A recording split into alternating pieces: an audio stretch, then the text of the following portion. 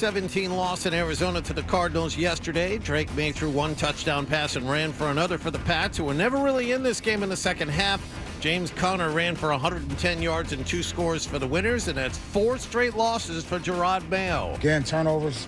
There were a couple balls on the ground. They got one. But again, it's what we put on film. So, at the end of the day, we are what we put on film. We are what our record is. His team is also 2 touchdown underdogs for their final road game of the season this Sunday in Buffalo. The Bills outscored the Lions in Detroit yesterday 48-42. They are now 11-3. In other NFL news, Kansas City improved to 13-1, care of a 21-7 win in Cleveland, but Patrick Mahomes had to leave early with an ankle injury. He is now considered week to week. The Celtics ran by the Washington Wizards in D.C. last night, 112-98. Jason Tatum, 28 points and 12 rebounds for the Celtics. They are now 21-5. They don't play again until Thursday night when they host Chicago. Kristaps Porzingis did not play the second half last night thanks to right heel pain. The Bruins are off until tomorrow night when they continue a 5-game road trip in Calgary. Hockey Night in Canada reported over the weekend they've been getting a lot of calls on free agent-to-be Trent Frederick. And the Red Sox yesterday traded infielder Emmanuel Valdez to Pittsburgh for pitcher Joe Vigatsky. He was taken by the Pirates in the 19th round of the draft last summer. Sports Hub headlines are brought to you by Eastern Massachusetts' leader in drain cleaning and pipelining. Drains by James. Slow drain, clogged drain. You need to contact Drains by James today at drainsbyjames.com. I'm John Wallach of Boston Toll for Sports, 98.5 The Sports Hub. Your next update at 6:30. Boston's best sports talk. There's an app for that. Download the Sports Hub app for loads of stuff. Absolutely free. Connect with the shows, get podcasts, and more. Get it where you get your apps. Or at 985sportshub.com. Fred, hello.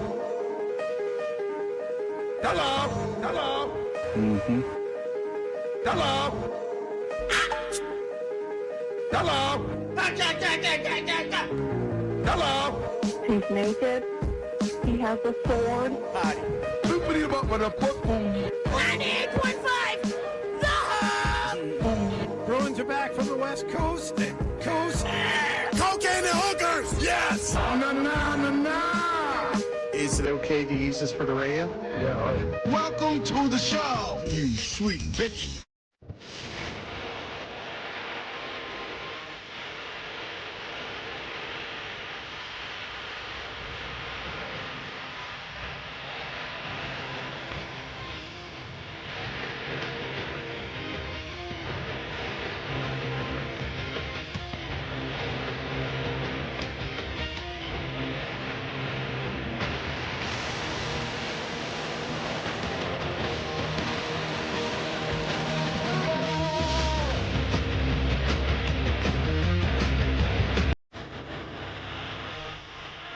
Hey, good morning, everybody. Good morning. Yeah, baby. We are Toucher and Hardy, Town Fair Tire Studios, 617-779-0985. You can watch us on YouTube. Simply search 98.5 The Sports Hub on YouTube, and then subscribe. Smash the subscribe button, and then money rolls into the publicly traded Beasley Company. And you can watch us live and participate in the, at times, to my understanding, mean chat going on there. And then also know that we were brought to you by FanDuel Sportsbook. Make every moment more with FanDuel. I hope everyone had a wonderful weekend. We will get into great detail on this Patriot game that was so watchable, and everyone had watched the entire thing, I'm sure, and didn't allow their eyes to travel to any other games or do anything else. But I will say this. Has anyone figured out what the drones, the situation with the drones are? Because when I first, guess who, if you had to guess, you think outside the box, but think me, where I first heard of the drones over New Jersey. That's 2 hints. Okay, so New Jersey leads me to believe you want us to think it has something to do with your in-laws. No. But I think The comedy comes from the fact that it's someone nowhere near New Jersey, which leads me to believe it's someone in Tennessee. No. Oh. It is someone in New Jersey. Oh. But Oh. it's not someone I know personally. Oh. My Well, in-laws. first of all, it wasn't Eddie Trunk because It you're was out. Eddie Trump. Well, I thought you weren't listening anymore. Twitter. Is Eddie Trunk is in Vegas, I thought. So He splits time, Jonathan. I'm sorry. He's bi-coastal. Second home. My fault. He's Lake Mead and the Atlantic Ocean. Sure. In all seriousness, for him to continue his career, which is, introducing hair metal bands at shows, he had to get a place in Vegas because they all moved to Vegas.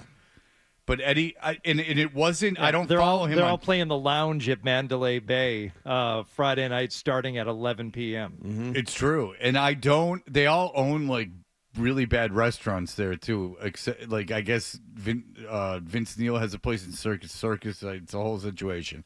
But I don't follow him on Twitter. It might have been that Boston Radio Watch had retweeted Eddie Trunk. Which, if they're a radio watch, obviously they're tuned into the Trunk Man. So I saw Eddie Trunk talking about it. So at first I thought, oh, it's nothing. It's just Eddie Trunk being stupid. And then the more I hear about it, and then after COVID, where now I don't trust the government at all, I used to. And I used to just take what people said as, as fact and not question anything and say, oh, everyone's out of their minds. But now that there was a invisible plague in which the government completely dropped the ball on, not that it wasn't real. I'm saying invisible in that there was a plague that you could not see. It was a virus that, existed beyond the human perception of eye. I have no doubt that there is some shenanigans going on. And what I do like are the videos of people shooting at the drones and having literally no success. Just shooting into the air. And my question is this. How are they still walking the street? Chick-fil-A Bowl, Georgia Dome, soft dome roof, New Year's Eve. Chick-fil-A Bowl was on New Year's Eve. People in Atlanta shooting off guns because it's New Year's Eve, shooting them into the air. Harmless, right? Mm-hmm. Bullet goes up. Bullet comes through the roof of the Georgia Dome and goes into a woman's leg and does severe damage.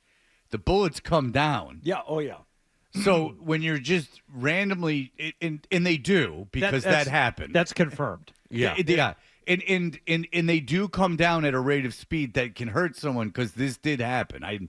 If no one was on the top of the roof of the Georgia Dome shooting into it, it was ancillary or whatever you call it, like fire that went up and came down. So I am correct.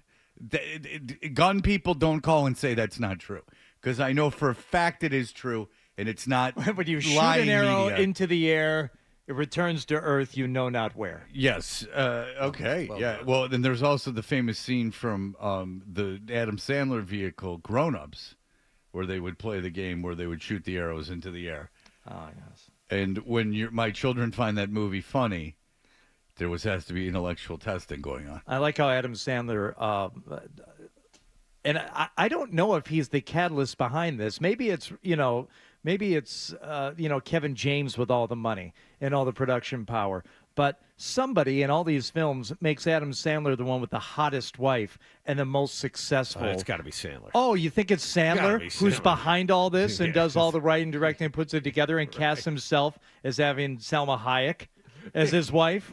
If you can allow me to get into a tangent, has there ever been a show that you've watched or a movie where you bagged out because it was getting ridiculous how hot the women the guy was getting is? Because I have one. Well, that's one of the reasons why I tapped out of Grown Ups. Other than that, it's awful. It's insulting. Oh, I thought your sides were split too much from laughing.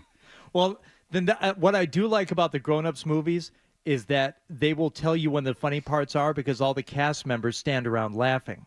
and that cues you as an audience. Ah. Oh, this is something funny just happened. So I will laugh along with Adam Sandler and Chris Rock and all these guys who have done good things, but for some reason they just can't say no. When Adam calls them up and says, hey, we're making a movie, it's like the Rat Pack. They all show up and they make the biggest piece of crap imaginable. Well, I'll Oddly tell enough, you. a lot of them don't have anything else to do. Well, only one of them Just- really has nothing else to do, and that's Schneider. But the show that I had to, we're on a bunch of tangents, but I've got no sleep. The show that I had to bag out on because it became such a vanity thing, and I actually like the guy and think he's talented, is Rescue Me with Dennis Leary.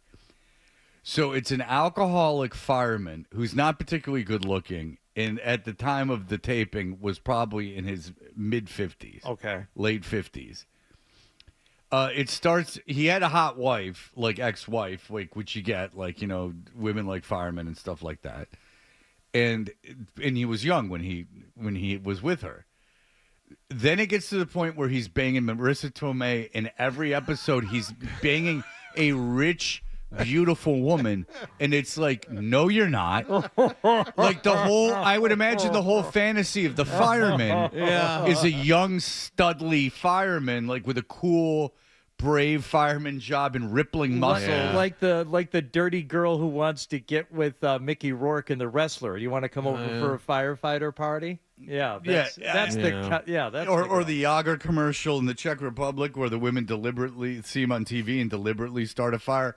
Not some old ass Leathery, withered 50-year-old. And according to the show, like a active, like hallucinatory alcoholic. Like I don't believe, and he would go to, and they illustrate the money that these women have because he's like on the Upper East Side or whatever the equivalent of that is now.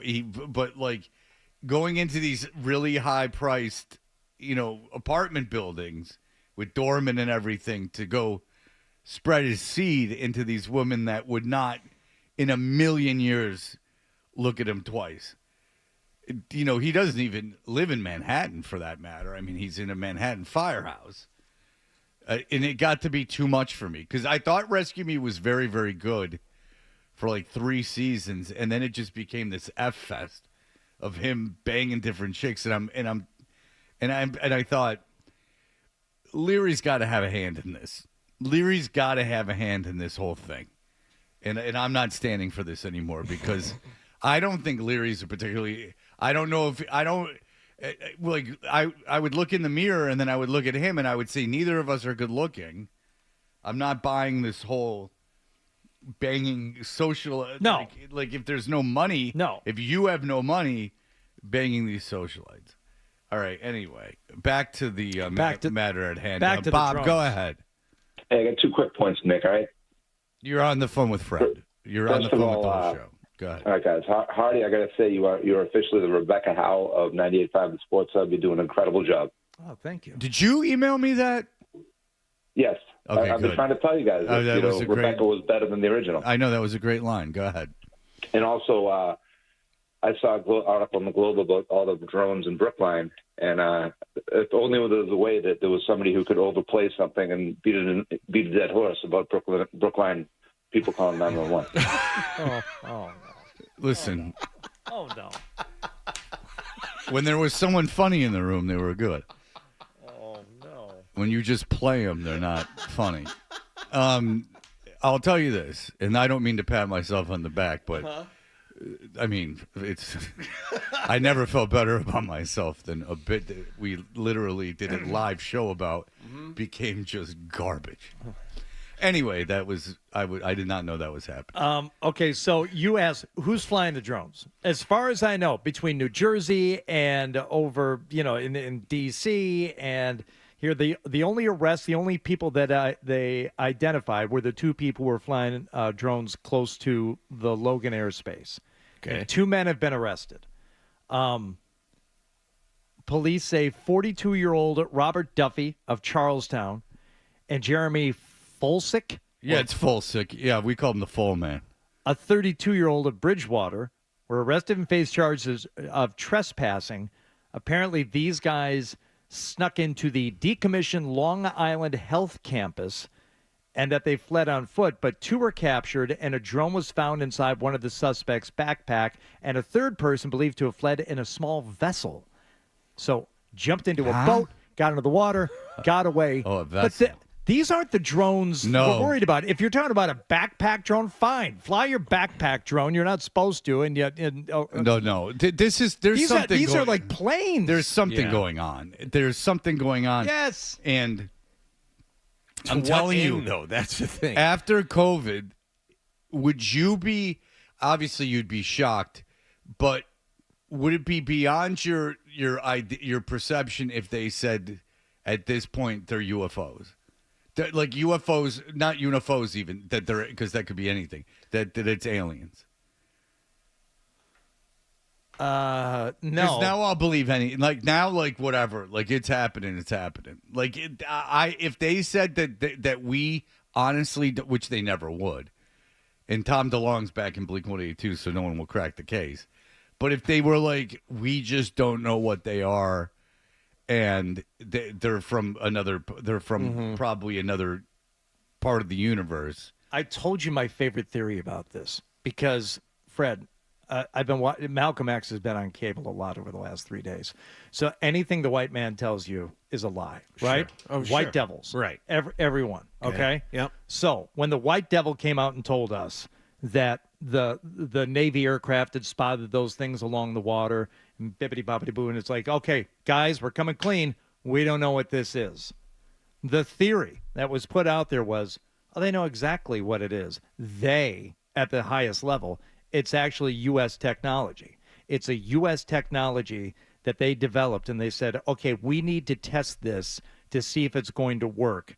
How do we give it the ultimate test? We have to put it up against the finest fighting forces and military in the world. Who is that?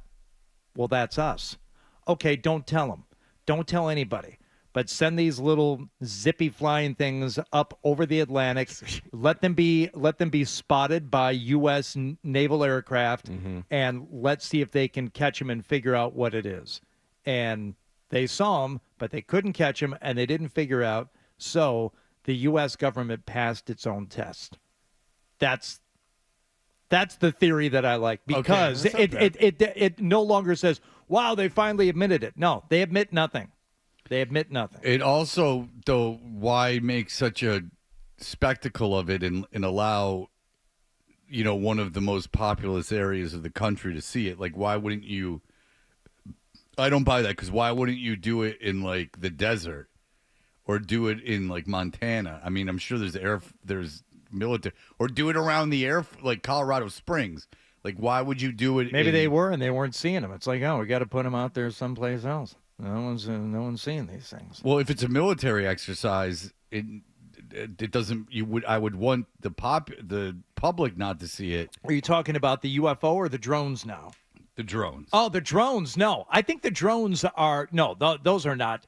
Those are not. I'm sorry, I got confused. Yeah, those are not of any alien origin. They can see what they are. People are looking at them. But they're disappearing. Like they're going up to them. First of all, they're supposed to be the size of airplanes. I'm not making this up, and not like Harry, Childs or whatever, if that's a person on the ground. There's military people and government people that said we went up and then it was gone. Like we went up and then it was gone, and they're admitting that they're big and they can't keep track of them. That they're going away. I don't know if it was the government or if it was an aircraft, but they're admitting that they're too fast for them to keep track of. So well, I'm curious about what that is, because Eddie Trunk is. Of course. I do think it's something beyond just people screwing around for. Oh, it's not because with a couple of them. Fine. People are just flying their drones around to get a charge out of it. They said some of these formations have lasted for 6 hours. That's not so-and-so from Charlestown and somebody from Bridgewater out there screwing around, because you get bored after a little while. Billy and Johnny out there screwing around. Not for 6 hours, they're not. They're the size of airplanes, and they're out racing airplanes. Like, there's no way it's Yeah, a guy. I know some of them have been reported to be like 6 to 8 feet in size, but I haven't heard about like any military aircraft going up there and looking at them. I have heard pilots talk about how they went, and I can't, to be honest with you, I haven't done a big deep dive into this, but I've heard pilots say we saw it, we were investigating it, and then we couldn't keep up with it. That it disappeared. That I heard a guy on TV talk about, and it wasn't a Paul Feinbaum caller. It was like a guy that had been in an airplane, and not a guy shooting at him from the ground. What time is Eddie Trunk on today? He is live this week before a holiday extravaganza. Okay, next week, but so let's 3 to 5. Okay, let's monitor, and we'll listen to that today, and then we'll report back tomorrow because the latest and best information will be reported on Eddie Trunk today. Because he was talking about the drones, but then he got all caught up because Kendrick Lamar is playing the Super Bowl halftime show, which was like, was he able to pronounce his name?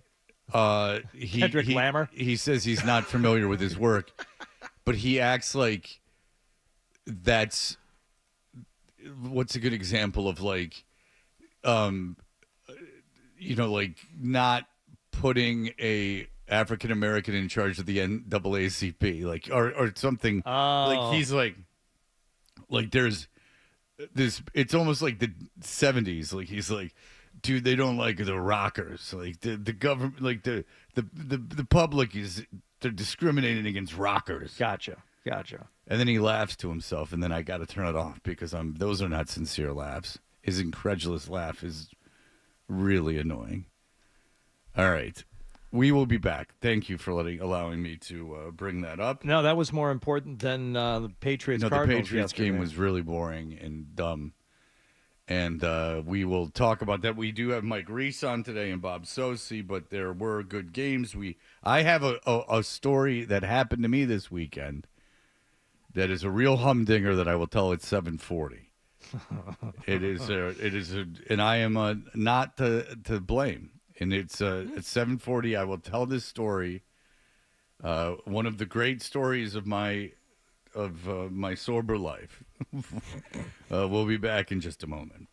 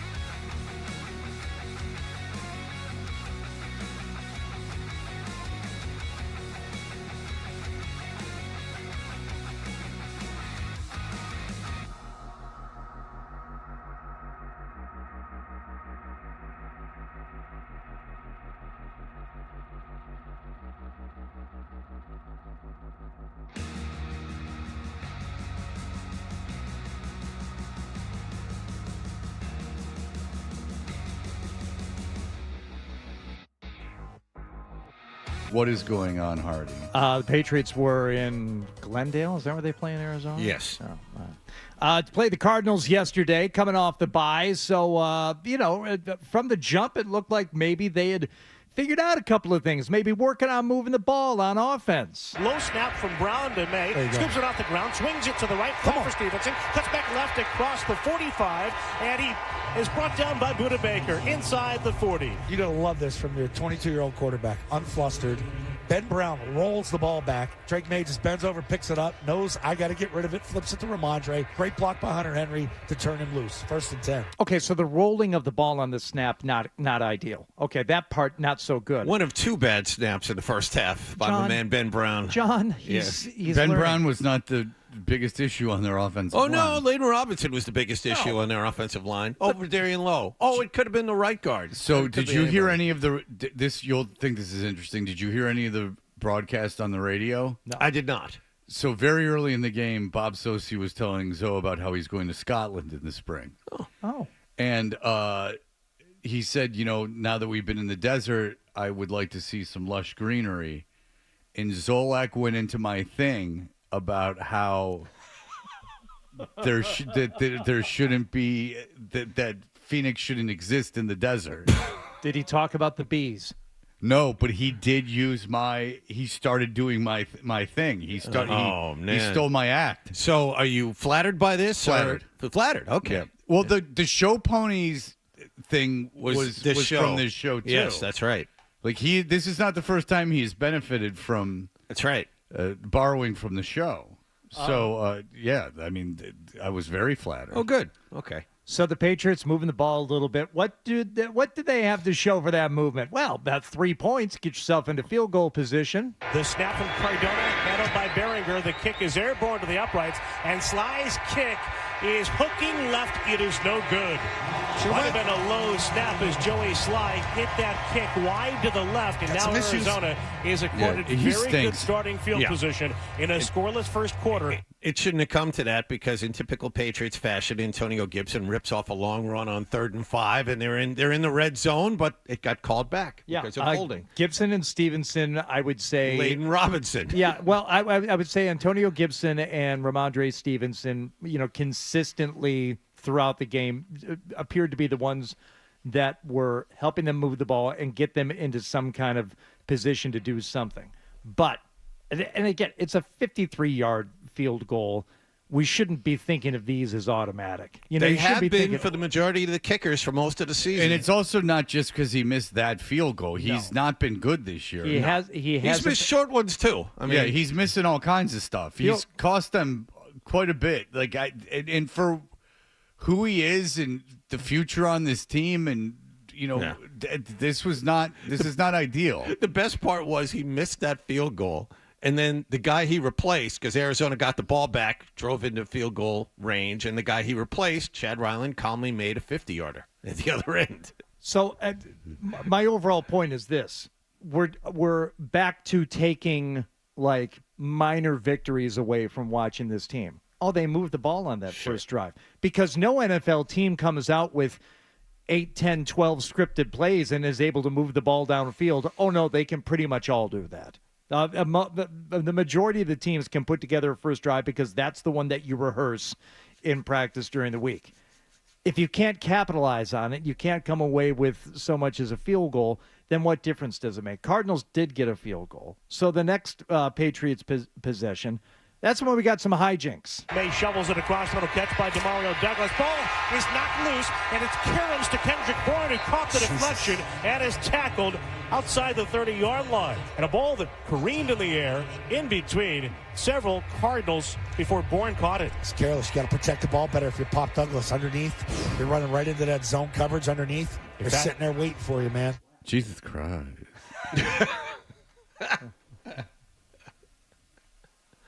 The Arizona desert sucks. It was a hell of a play by Bourne to get that ball. Jesus Christ. It's not ideal. Now I'm obsessed with looking at Joey Sly's make percentage based around the other people in the NFL. It's not good. No, Chad Ryland was the worst kicker in the league last year and looks pretty good with Arizona now. And Joey Sly is probably, I don't have the numbers in front of me, you do, Fred, probably has the worst percentage in the league this year. If not, it's in the bottom 5. Yeah, I'm not looking at it as a totality. I'm just going around the NFL and looking at guys. Cincinnati's got a guy that's filling in that's not good. Yeah. Okay. All right. So But he hasn't kicked much. Nothing more to show for it. But more movement. Antonio Gibson, we were talking about him earlier. More movement. Snapping again. Gibson runs it to the right. There's room to the outside, 35-30. A sprint to the 25-20. Here's sideline, shoved out of bounds with a hit by Thompson at the Arizona 18-yard line. Keep him going, man. I'm telling you, this guy's got something. This guy ran hard. And if you're going to run those zone running plays, that's a 29-yard gain around right end with very poor blocking in the middle. Okay, Yeah, so on and this then he did not. Explosive play. Yeah, on this drive, they get it down to the Arizona 4. Gibson gets it again on third down, 3rd and inches, I think, John. Gets stuffed. So we're going to go for it. Go ahead, go for it, Rock.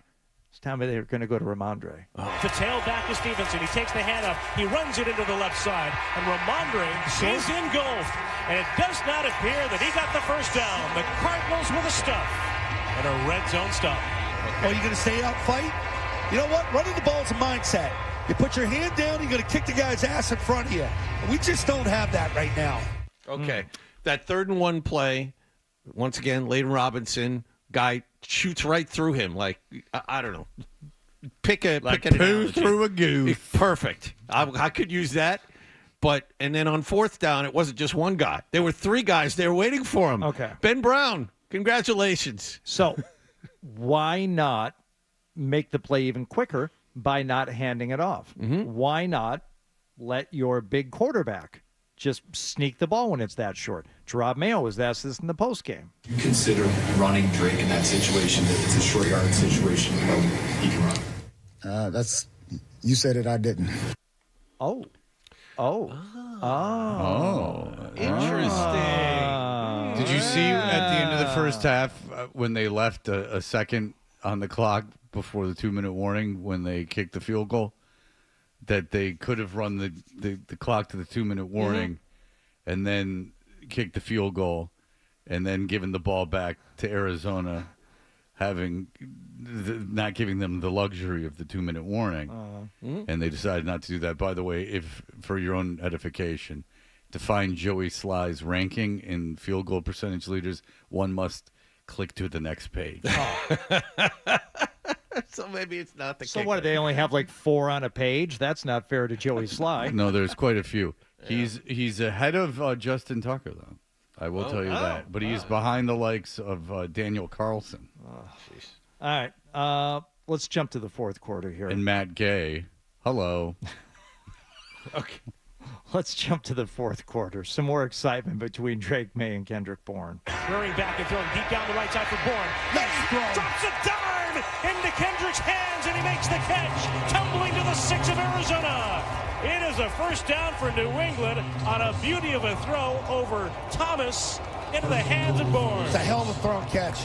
Dropped it right in the bucket, man. He's so accurate on the deep ball. It really was a beautiful throw, and it was a great catch. And that actually did get them down close to the goal line again, only this time. Drake takes the snap, drops back. He's being pressured. He's rolling left. Maine is going to run across the 5. He shovels it into the end zone. And the pass is caught by Pop Douglas. Touchdown, Patriots. Kid looked like Patrick Mahomes right there. Easy. Easy. It's a hell of a play. Easy. Hell of a play. Yeah. Very, very nicely done. Yeah, it was a 30-17 game. The one or two brilliant things, and Hardy, thank God you skipped over the 3rd quarter when you had Booty shovel the ball to a defensive back for an interception. Wow. You had the interception by Kyler Murray off a scramble that was taken away by penalty. All that nonsense, all the little things. You have that one brief moment of sunlight. The clouds part, and you go, oh, that was really, really nice. That was fun. And it got Zoe talking about Patrick Mahomes. It even got Dan Roach in the postgame to say this. When Mahomes made that throw, made that throw, were you ready for it? Or was it kind of one of those things, okay, here we go. Oh, Dan, you know what you were doing there. Dan. Did you hear that smile in his voice? Dan's just having the time of his life out there.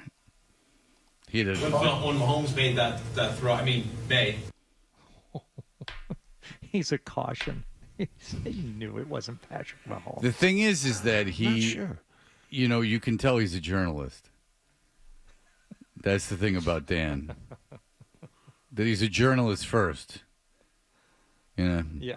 After that fun game. So he had some fun after the game. All right, so 23-10. You think maybe it's a ball game? No, Arizona scores again. It's 30-10. Then one final effort to make it almost respectable. Shotgun snap to May, rolling right. Running first and goal. He's going to run it in with ease. He trots across the goal line, and Drake May with a rushing touchdown for the Patriots. More of this inside the red zone. You see this? Like, he gets on the corner. Look what he did down there on the touchdown, the pop. Come up to me, sucks up. I'll just underhand it to you. Mahomes like stuff. Again with the Mahomes. I want to look at a Patriots game and not focus in on how the quarterback has to improvise or, wow, Christian Gonzalez is really good in coverage. Well, Christian Gonzalez was very good in coverage yesterday. He was brilliant. All He right. got beat early for that one long pass over the middle, and then after that, he was phenomenal. Yeah. But, here's I'd just the like deal. to see more. Well, Just here's the two deal. guys. The way things are going in terms of the draft order are ideal in that the Giants in Vegas are going to take quarterbacks, and you are sitting at 3, perhaps to get the only legitimate first-round pick in the draft. So that is why even win these games, I guess, at this point. If Travis Hunter is indeed the only true top 10 talent in the draft, and you are sitting in a position to get him, then good. Then don't win games. The only thing that, as a Patriots fan, you would look for, and we've talked about this, you want to see some improvement here last month of the season. But they came off a bye week, and they look the same as they had all season. Yeah, they're dumb not gonna... mistakes, lack of talent, receivers dropping balls, stupid penalties to take away big plays. Just that's the stuff we were seeing in September, and you saw it again yesterday. No, they're getting worse, and I don't know if Mayo is going to be much of a coach. But again, I'm not overly concerned about the coach at this stage in the rebuild. I'm concerned about the quarterback, which you got, and then I'm more concerned about the front office and how that's going to do because we'll see how they draft this year. With the draft and free agency, I don't think you can make the playoffs next year, but you can certainly, hopefully, have at least a couple meaningful games in December, like an Indianapolis situation. Yeah. And that would be ideal. I'm with you. I think that it's better to win than lose at this stage in the game. I'm not even talking about. But they're not going to win again. I'm just like look a little bit better. That's Right. all. But they're they're not as talented. Especially, I got to play Buffalo twice and the Chargers. These are 3 losses. No. They're going to lose all those games, and they're going to lose by a lot. Even if Buffalo has nothing to play for, They in can't week beat 18, Buffalo. They can't beat. No, they Buffalo's can't beat second Buffalo. string. So they're not going to beat Buffalo's second stream. And again, it's not like Buffalo is going to start 22 different guys. I mean, Buffalo is going to have to play some starters. Yeah. I mean, I don't know. And they can go out there and score a minimum of 30 points, and you're not scoring 30. No, So, and because the offensive coordinator for Buffalo is going to be a head coach in the NFL next year. All right, we will be back in just a moment. Here are the headlines. Sports Hub headlines. Patriots lost in Arizona yesterday, 30-17. James Conner, 110 yards rushing and 2 touchdowns.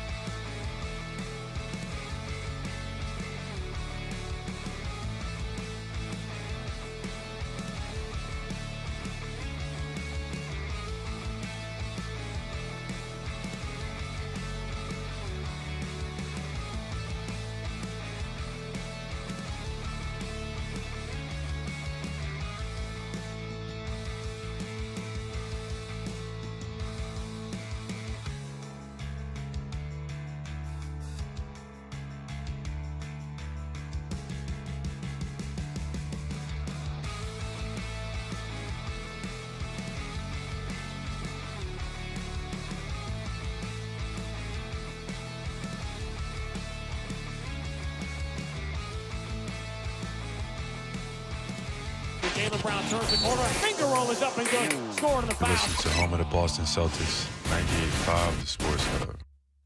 It's called rising and grinding. Start your Got day. your finger on the pulse, Fred. Begin your Seldom day right and never wrong. right here.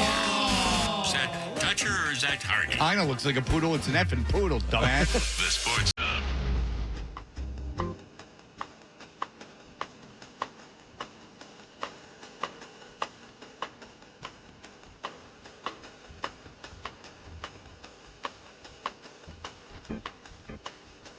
Sounds like Napoleon Dynamite. It sounds like when, in the last century, when they would invent some sort of like new kind of keyboard, and everyone felt obligated to use it. Well, you'd go to the mall, and it would be set up in front of the store. If you listen to the Electric Potatoes' first album, my band in elementary school, where all our songs were about potatoes, so funny. We had a Commodore. We heavily leaned on the Commodore 64 sampling technology. That's good.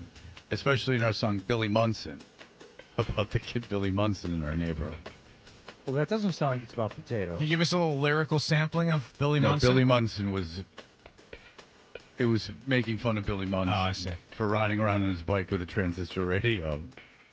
Actually sounds pretty cool. And being far too old to be riding around his bike with the transistor radio. There's nothing wrong with that. Yeah. It's just an oddball. A little bit of an oddball. We were very hard on his mother for smoking, even though my parents both smoked. I don't know how I was so high. Who didn't back then? No, who didn't? I mean, I did, certainly. I might have smoked. No, not in elementary school. All right, go ahead, Hardy. What's going on? Celtics were in Washington last night to take on the Wizards. Kristaps Porzingis out there for the team for a little while anyway. Try to guard Jaylen Brown out of the wing. Bounce past Porzingis against the smaller Champagny. Free throw line, pump fake. Champagny goes for it. Porzingis frees himself at 10 feet, knocks down the short little jumper. That was child abuse. Oh, my God. Nice little move. Got him going I don't back. like that. 7 for Porzingis, tied at 18 here. That was child abuse? Wow. You can't think of anything better than that? He's much shorter. That was pedophilia. That was child abuse. Porzingis, the diddler.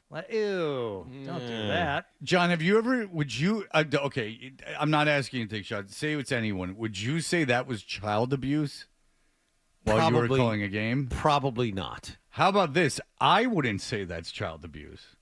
Yeah. And I would say a lot of inappropriate stuff. And so much so that NBC Sports Boston, despite Scalabrini and Gorman wanting me to, You know this story, wouldn't let me on a correct, Hardy? broadcast. You know this story? About Fred popping down to the now the Mike Gorman broadcast booth to do a game. This was on the road now. In Detroit. In Detroit. Gorman came on and personally invited him. Scal, we got a message to Scal. Scal said it was okay. No, Scal got a message to me that he wanted me to do it. Either way, the point is he was cleared. Both broadcasters wanted him there. It would have been, what, a quarter? Whatever it was. Yeah. Fred offered to pay his way to Detroit, visit family, but get himself to the arena. No problem. Didn't ask for any special. And NBC Sports Boston said no. Because I'm an effing bad boy. That's right. Yeah, you can't be trusted. That's right. I'm a loose cannon. Right. What is there not to believe about that story? I find it totally plausible, believable, and I endorse their decision. I think they made the right call. I think that what it speaks to is my bad boy nature. Yes.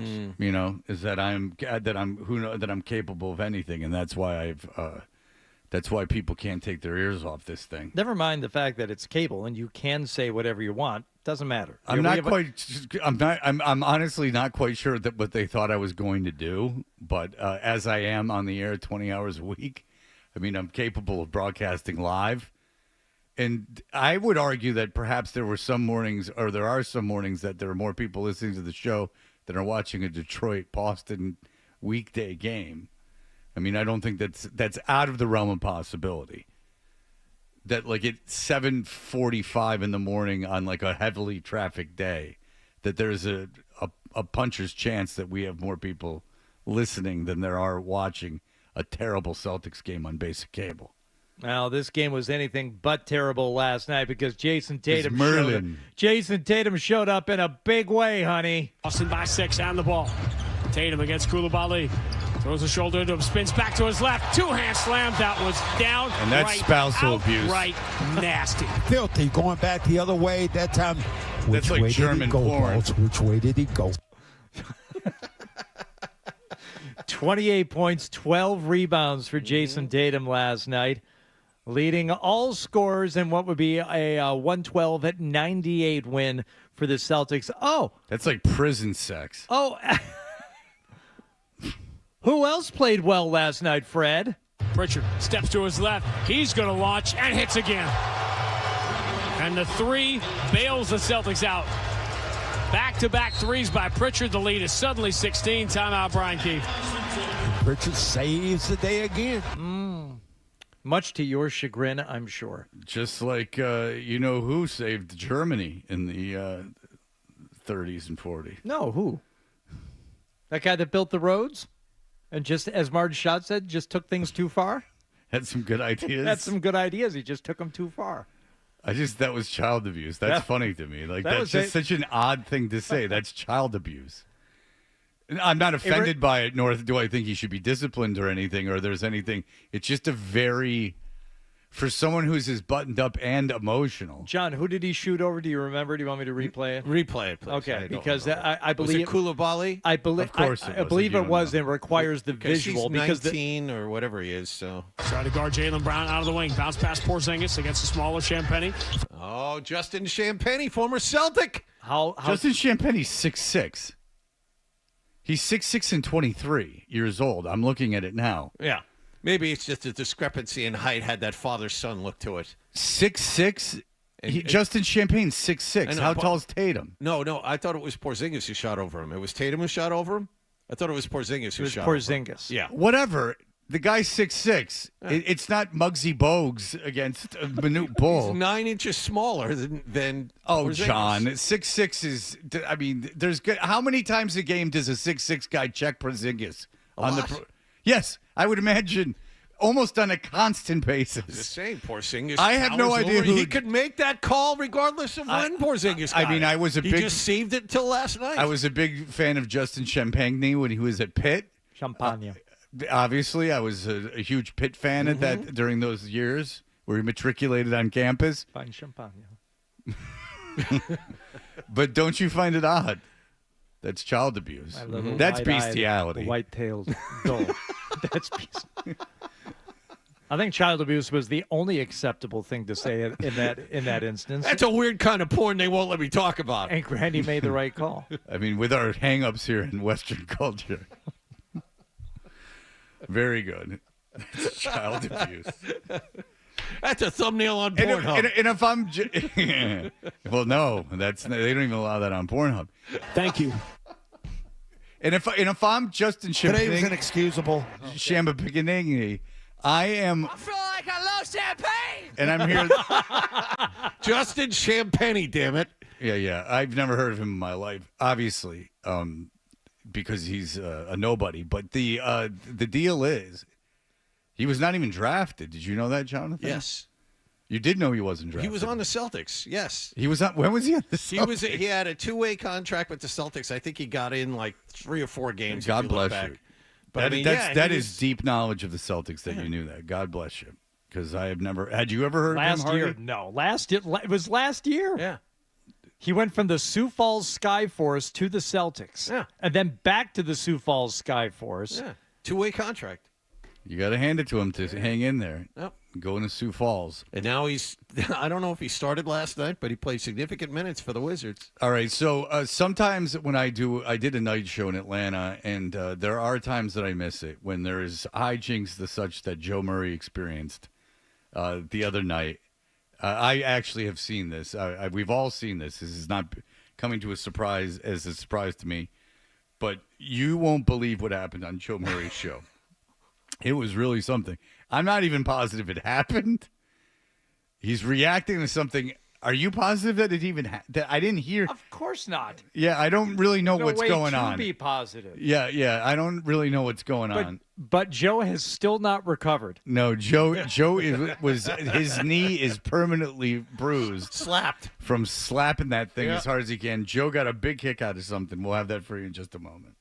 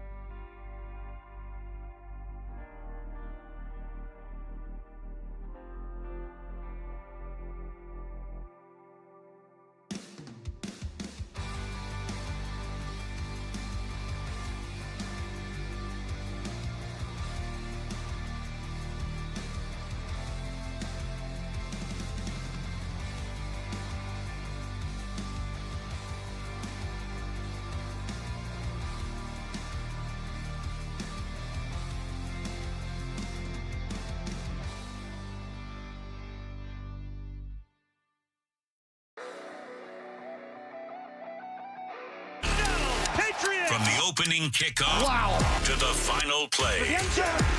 Touchdown! Your home of the pass. 98.5. Beasley Media Group Station. Sports Hub headlines. The Cardinals snapped a 3-game losing streak and kept their playoff hopes alive yesterday. A snap to Murray, turning to Connor, leaps into the end zone. He's got his second touchdown for Arizona today. And the Cardinals have salted this one away with 3.5 minutes to go here in the fourth quarter. James Conner ran for 110 yards and 2 touchdowns to lead the Cardinals to a 30-17 win over the Patriots, thanks to Bob Socci, heard yesterday here on 98.5 The Sports Hub.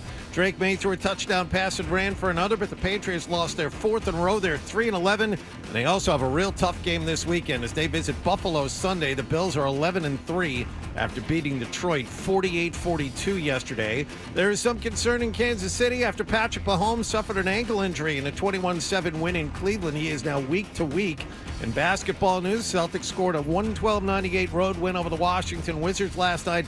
Jason Tatum, 28 points and 12 rebounds. Greener, 21-5. They're back home to play Chicago on Thursday night. And after getting designated for assignment last week, Red Sox infielder Emmanuel Valdez was traded over the weekend to Pittsburgh for pitcher Joe Vigatsky. He's a 22-year-old right-hander who was just drafted in the 19th round by the Pirates last summer. Sports Hub headlines are brought to you by Rapid Flow Sewer and Drain Cleaning. This season, the last thing you want at your bar or restaurant is a sewer backup on game day. Call 1-800-286-FLOW or visit rapidflowinc.com. With Rapid Flow, one call solves it all. I'm John Wallach at Boston's Home for Sports, 98.5 The Sports Hub. Your next update at 7:30. Here we go. Boom. I win. Kaboom. Yeah. Hit somebody. Oh. We've got a passion for Boston sports. Get angry. 98.5 The Sports Hub. Hey, listen, if you've got to go, make sure you bring the Sports Hub app with you so you can hear more of Todger and Hardy That's what I want on my tombstone. on the Sports Hub.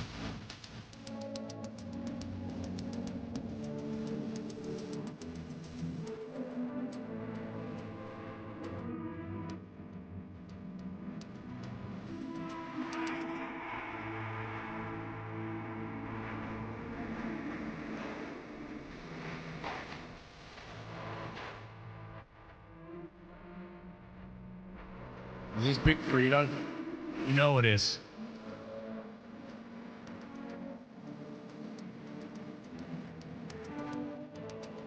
The Big Frida pisses people off because they're homophobic. There was a DJ that put pictures of the kid that killed the guy from the insurance company up, like on the like he was DJing. Oh, like, and he had the screen behind him. And he had the screen behind him, and he put him up there, and like adults got mad, and I'm like, what did you listen to when you were a kid? Like the imagery of like what you. If you listen to hip hop or like punk rock, that was the whole point, was to agitate. Right. And you're just falling into the same trap that you made fun of your parents for getting mad about. I would say that things were different then. No, they were exactly the same. Exactly. I will take you to any Raymond Pettibone flyer that are now iconic, and his art sells for quite a bit of money. A lot of money. And I would send you to that and say that is a trillion times more offensive. So it was the first time I thought, oh, well, now my generation is the one being offended. And I thought it was like, you're not looking at this. You just totally forgot about being a kid. That's the whole point, is they're antagonizing you. And it's just pictures of a guy that killed the guy. Like there was no Manson imagery in anything. I mean, it's ridiculous. Come on. All right. Well, listen, to lighten things up, as we are, the Toucher and Hardy Show brought to you by FanDuel Sportsbook. Make every moment more with FanDuel, and you can, as always, watch us on YouTube. We strongly suggest it, as there is a conversation happening as we speak when it comes to that. The other show that's on YouTube, as it's not also carried by television, as the midday and afternoon shows are, is Man by Name of Joe Murray. And Joe Murray is on YouTube, and Joe Murray, as everyone knows, we all love. I especially love Joe. I'm a big fan of his show, and it is like a community gathering. It's phone conversations that you would have with an acquaintance. people call in. There's no topic that's off limits. There is, he's on late at night. And I did nights for a couple years there in Atlanta. And the people that call in are a different breed, and you can have a lot of fun. But also, there is a certain sense of isolation because you are there in the middle of the night. And you see the shot of Joe in the studio during this clip, or at least the one we saw. And, it's the three of us sitting in here. There's, we've got Adam and Ryan and Nick that we can all see from here. There's a lot of us here. Joe is alone in here in this big studio by himself, and he's got Skaz. And I think that's it. I think it's Joe and Skaz. I would say that that's certainly it. Wait, Ryan's raising his hand. Ryan's saying Jeff Williams was in as well. Oh, Jeff. Okay, but he has three people. There's three people on the night. No, show. Jeff was producing that night. Oh, who cares, Ryan? It's the idea. It's just two people. That's the point. It's just two people. Ryan, I like your institutional knowledge, but that is neither here nor there. A point of order. Jeff Williams was filling in as executive producer of the Joe Show on Friday night, Brad. Well, I do like that Ryan, that is well noted. All right, so nonetheless, you get into it, and you're probably really dependent on phone calls because you're carrying. When I did nights, I played music, so I would take phone calls and I would manipulate them and not manipulate them, but I would edit them down and mini truck computer, people. Right? Huh? Yeah, the mini truck computer. I did mandatory Metallica, and to get the Metallica request I put the biggest hick into the mini truck computer. Love it.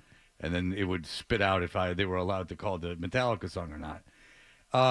Here is Joe Murray, and you be the judge if this was the proper reaction to what he heard. Stretch. What's going on, Joe? How you doing, my man? I'm all right. All right, so I'm guessing Stretch is black, and this has got Joe delighted. You can tell immediately. When I first saw this, I'm like, Joe's delighted. He's delighted. Because I think this plays into his excitement over the whole thing, if I may be so bold. It could be.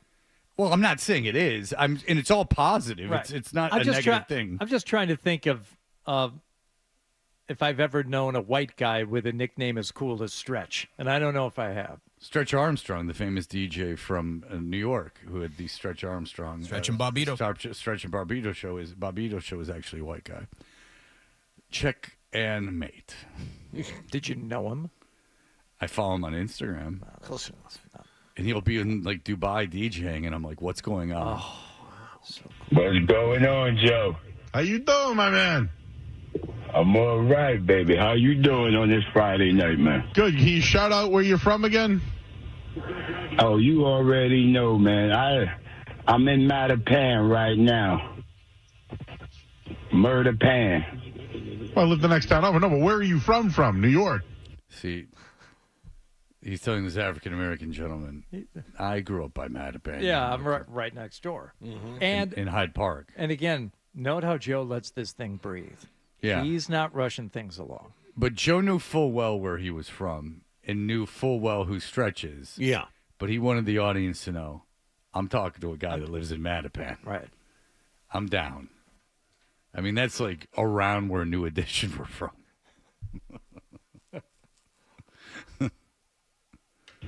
Oh, I'm from New York, baby. 11575 Roosevelt, baby. There you go. Okay, that's delightful. He's from Roosevelt, Long Island. Yeah. Okay.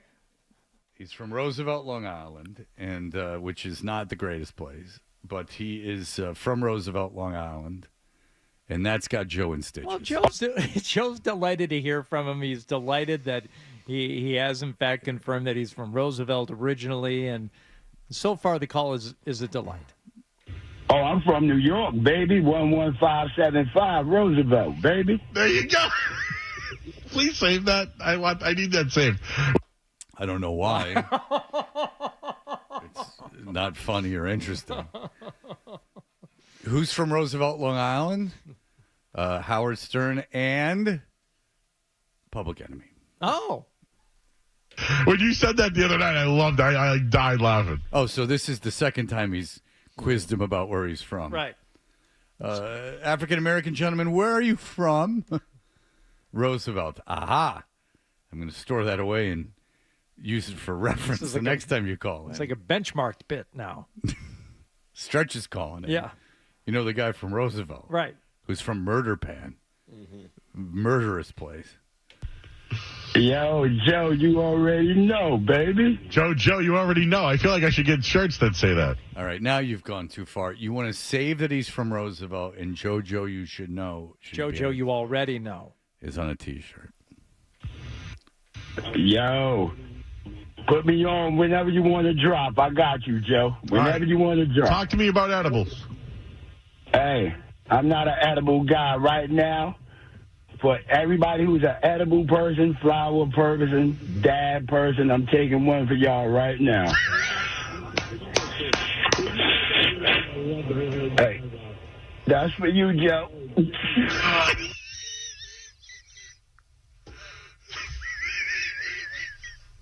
Jeff, you as my witness just heard the first puff on the Joe Show ever. Play that again. Play the song you just played. I'm playing it. I'm sorry. Jeff, you as my witness just heard the first puff on the Joe Show ever. To Wake and Bake and roll in here at about 5:55. I think we talked about it on the air with Yes, him. we did. We absolutely talked about it because we saw what he looked like. And then it took about 2 minutes for him to admit it.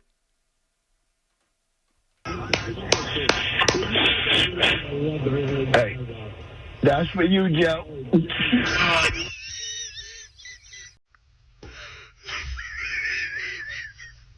Yeah, Joe took a puff in the car and walked upstairs.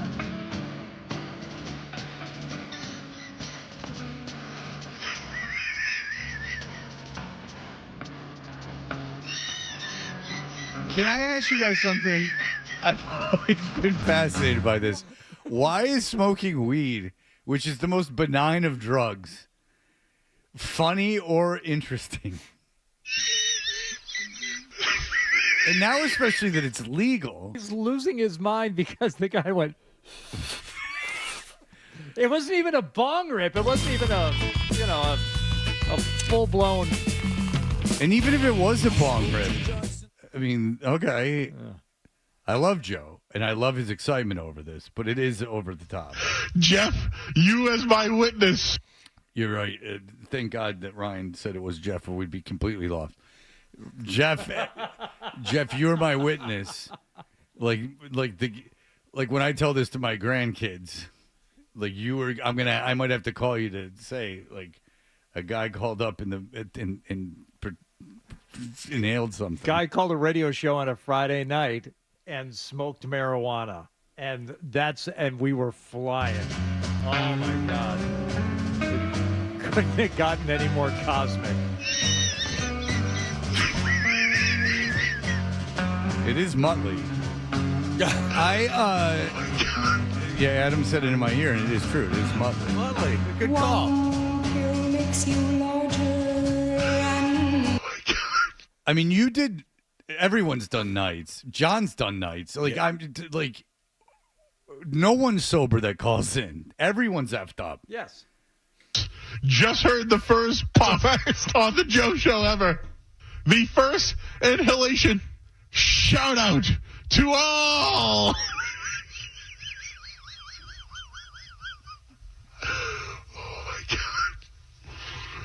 Shout out to everybody in Mattapan, and shout out to everybody in New York and the 1-1. He is over the moon that a black guy called. I mean, let's call it for what it is.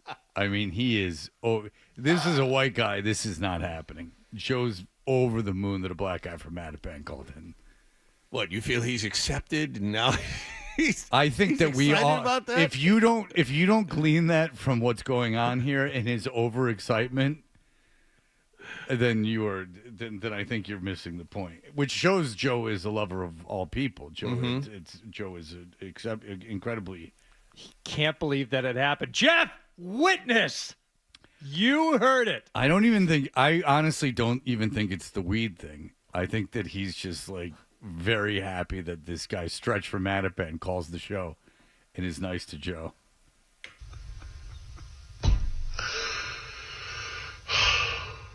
That's a first. I don't think that's... I've done radio for 17 years, everybody. 17 years I've done radio, and I've never had anybody bless us with flour. Huh? I don't know. With flour? I don't know. Now he's talking street lingo that I don't understand. Yeah. Look, Stretch and Mattapan knows what he's saying. You and I are too square. We don't know. I've never been listened. I was never a big fan of jazz cigarettes, and that's where I drew the line. Right. I didn't want to go crazy. Never. 17 years. That's the first guy, Stretch. You have just made the Hall of Fame. How long did you work nights, Fred, before you think somebody called in and did something like did a bong rip or smoked pot while they were talking to you on the phone? I can tell you this. Was it within your first week? I can tell you this is that I wouldn't like have put it on the air. Like I wouldn't have like gone, ooh. I mean, every night I did Mandatory Metallica, and the whole point kind of was to put someone who was effed up on, and I had 1,000 calls of which to choose from. Right. Like, I mean, that's who calls in at night. Wow. Now, where do we go here? Do we take a break or do we take the calls? I don't know. You got to compose yourself. So spun after that.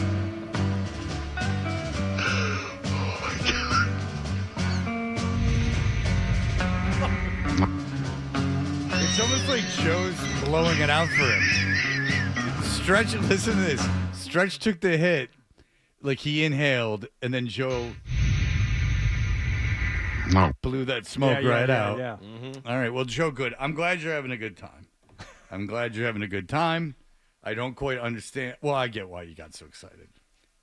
But it had nothing to do with the marijuana. It had everything to do with the acceptance of the black community of Manhattan. I'm telling you, that's what it is. If Joe from, if Nick from Medford called in, I don't think that reaction happens. He seemed quite delighted and tickled by the reappearance of Stretch. And did Stretch just call in to say that I'm taking a hit? Or was there? I hope there was. I didn't. That was the entirety of the phone call, I think. I hope that there was at least the illusion of a sports take. Please. All right. We'll be back with our friend Mike Reiss. The game, whatever. There was funny news about Bill Belichick that came out that has been reported and corroborated, and Bert Breer corroborated it. Like all this stuff. I do want to talk about that, and we'll talk a little bit about the game, too. The game was very, very boring, but we will talk about that in just a moment.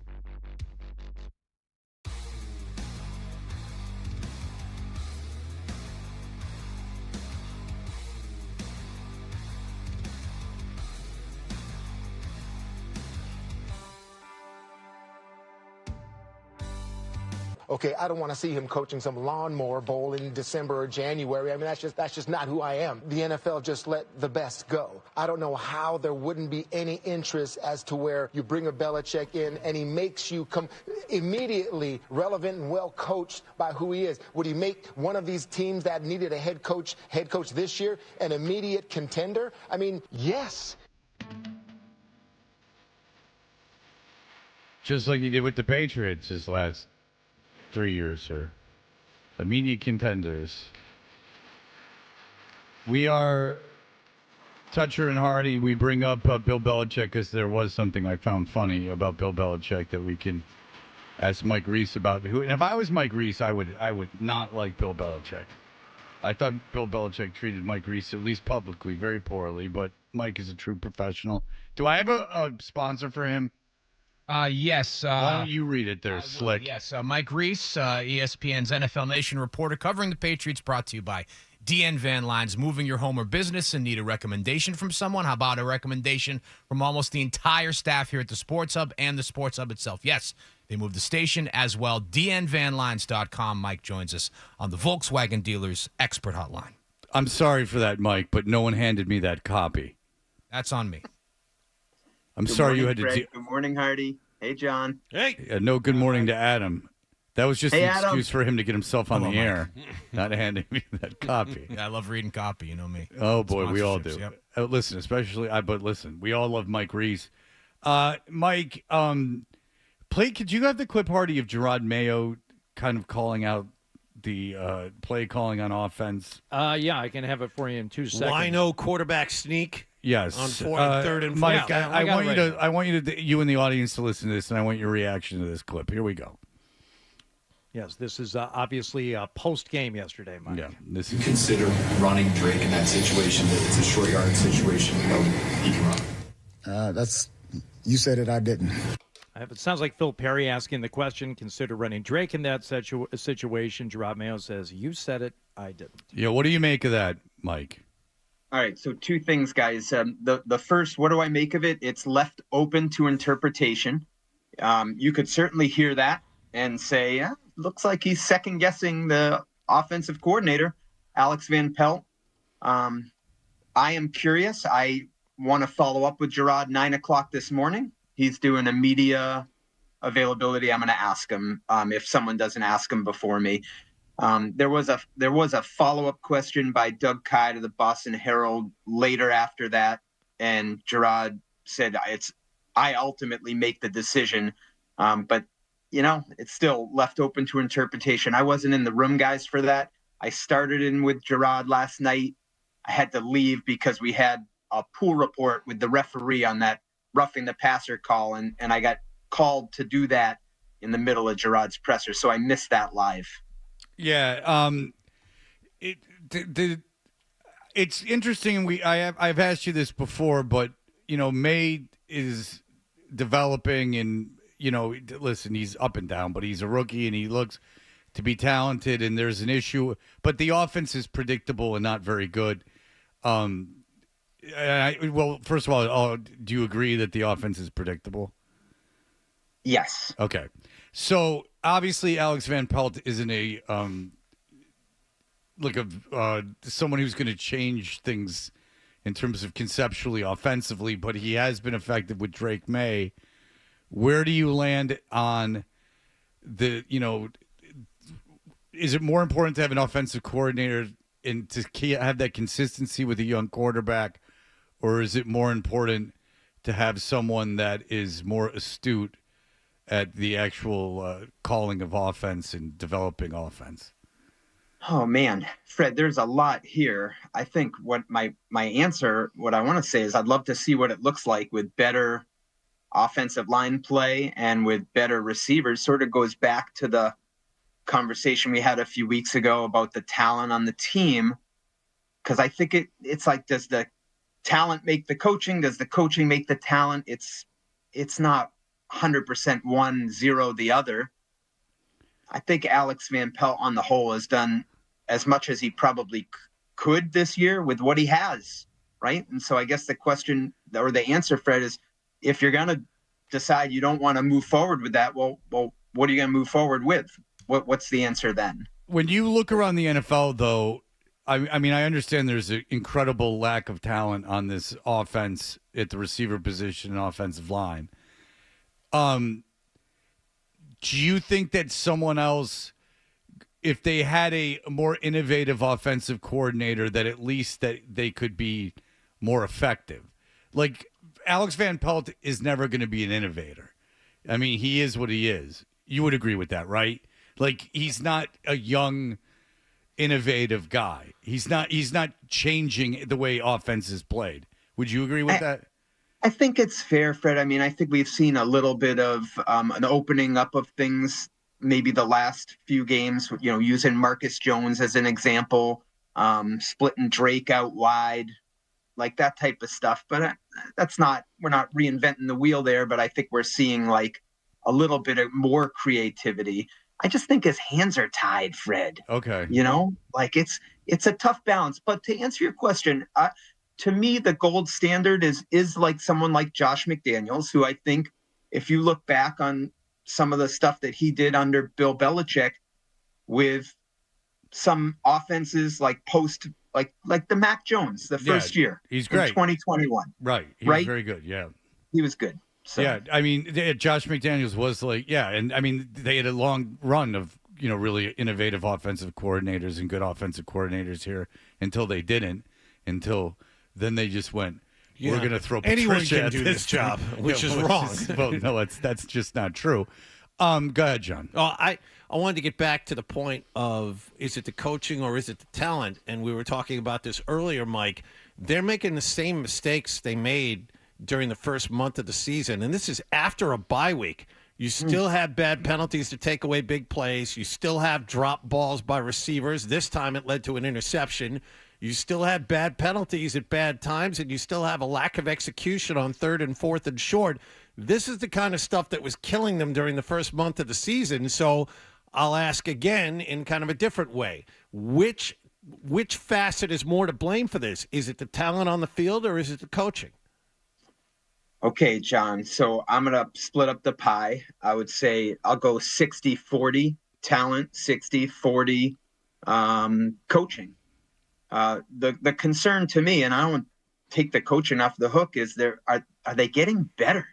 Right. No, they're not. Right? And they're not. Right. That's the concern, right? When you're watching it, it's like, I don't think anyone thought this was going to be a season where the playoffs and stuff, but if they were trending upward toward the end of the year, you could look forward to next year and say, okay, they're building something.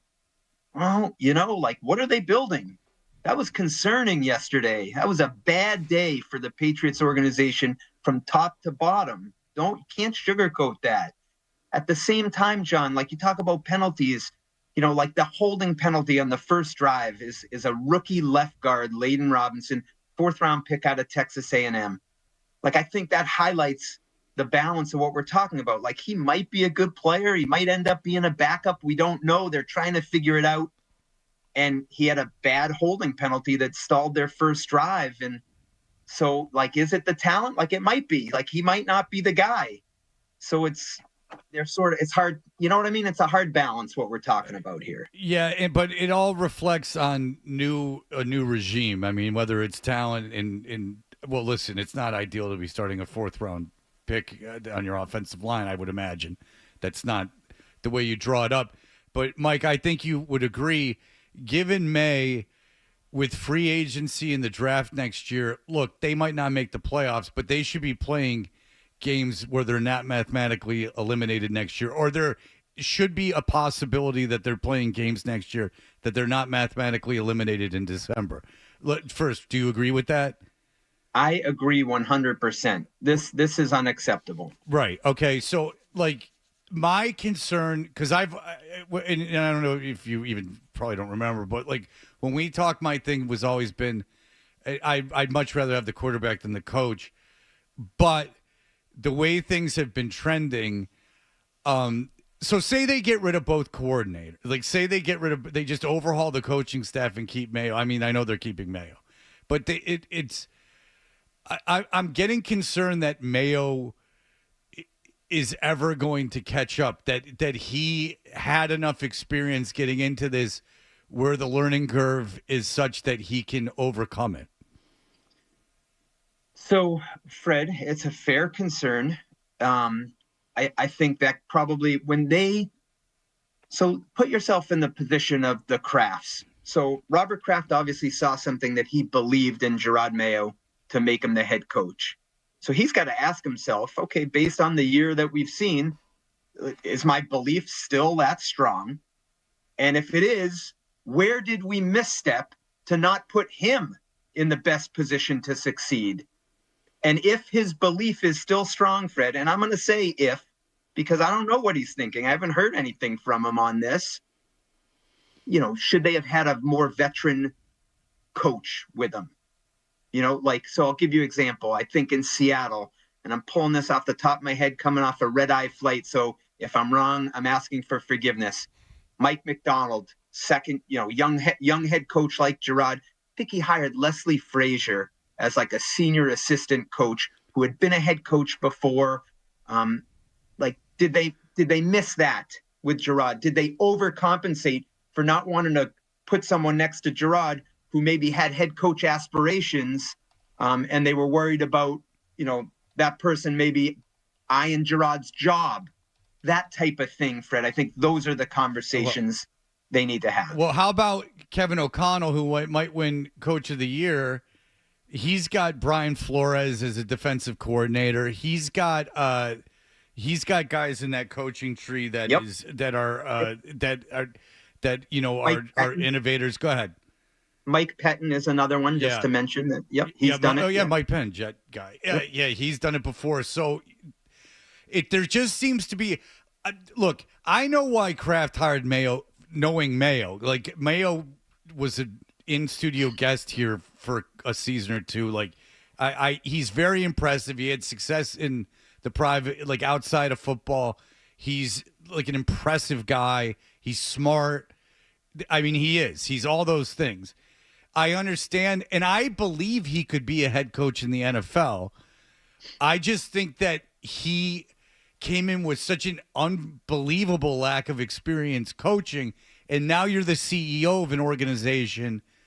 I know he can do it, that he has the knowledge and the inherent gifts to do it. I just don't know if it's this time around, because it's just such a tough learning curve. Fred, I want to ask you this, because where my confidence that he can do it is shaken a little bit is what's happening on defense. Yeah. Like you're right. Like head coach job, CEO, there's a lot that goes into it. But to me, if I were to ask you guys, like what's Gerard's expertise? What does he know more than anything else? Well, obviously, he's a great defensive player. Sure. Yeah. And what's happened to the defense this year? And I know that there's some factors involved in that, but that's the part that shakes the confidence a little bit. Like you would talk about making the same mistakes, offensively, penalties. I'm looking at the defense and I'm saying, wait a minute, this is supposed to be his baby. What's going on here? Okay, I hate to do it, but okay, Jets. They fire Saleh and Ulbrich, who was a head coaching candidate last year. Their defensive coordinator becomes head coach. Ulbrich is still basically in charge of the defense, and the defense falls apart. It's one thing to run it. It's one thing to be a defensive coordinator. It's another thing to have to keep track, to be the CEO and keep your eye on everything. I mean, I've just seen it happen. But I do agree with you. Why does the defense fall apart?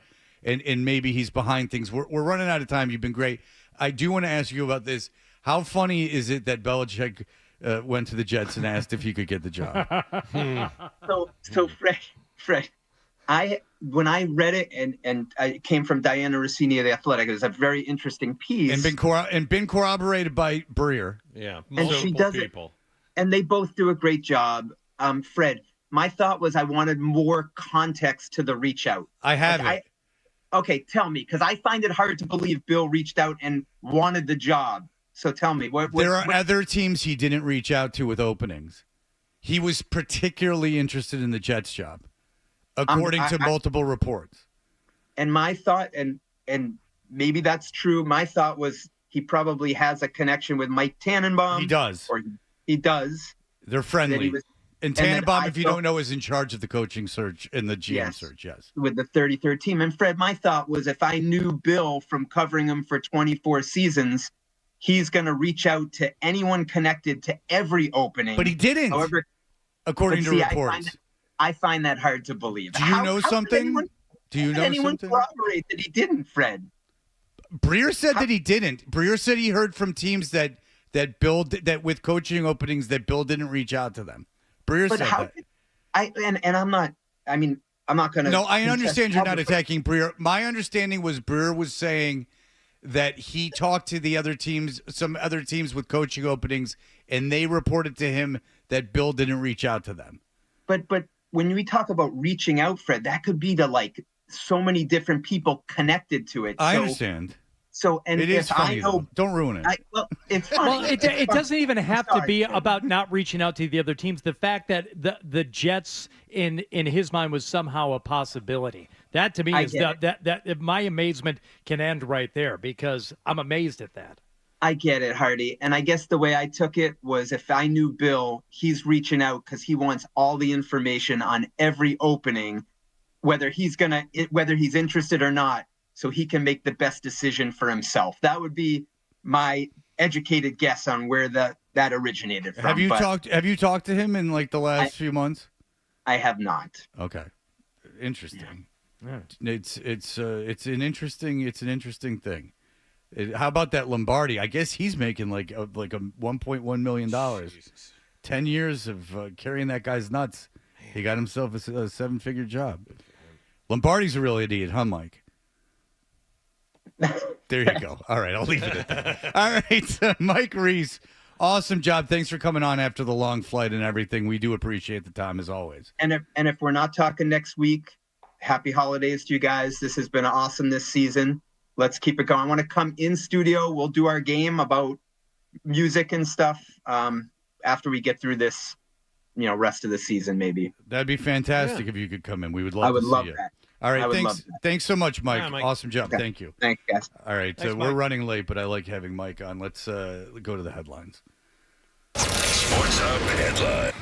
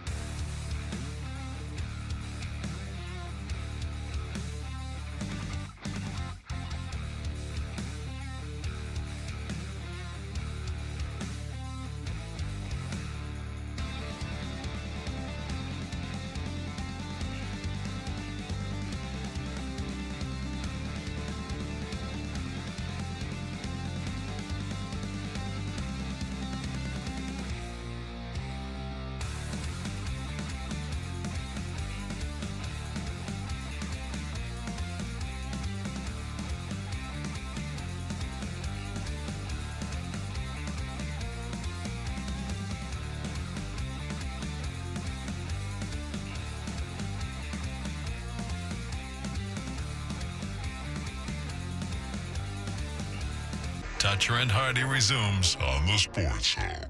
It was the night before Christmas, and all through the house, not a creature was stirring, not even a mouse. Stockings were hung. Who is this, Adam? SSD's version of Jolly Old St. Nicholas. So SSD, Al from SSD, big fan of the show. Indeed.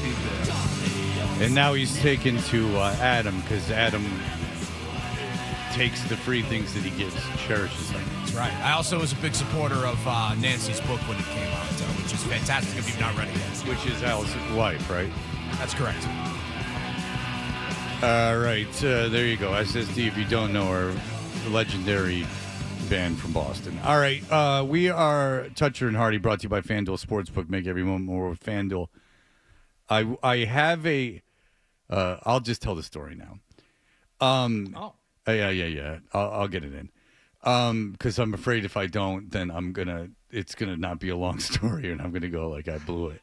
All right. So anyway, on Saturday afternoon, my family, I told you we feel rather obligated to go to the Holiday Pops. I'm not sure anyone really enjoys it, but like no one complains and we go.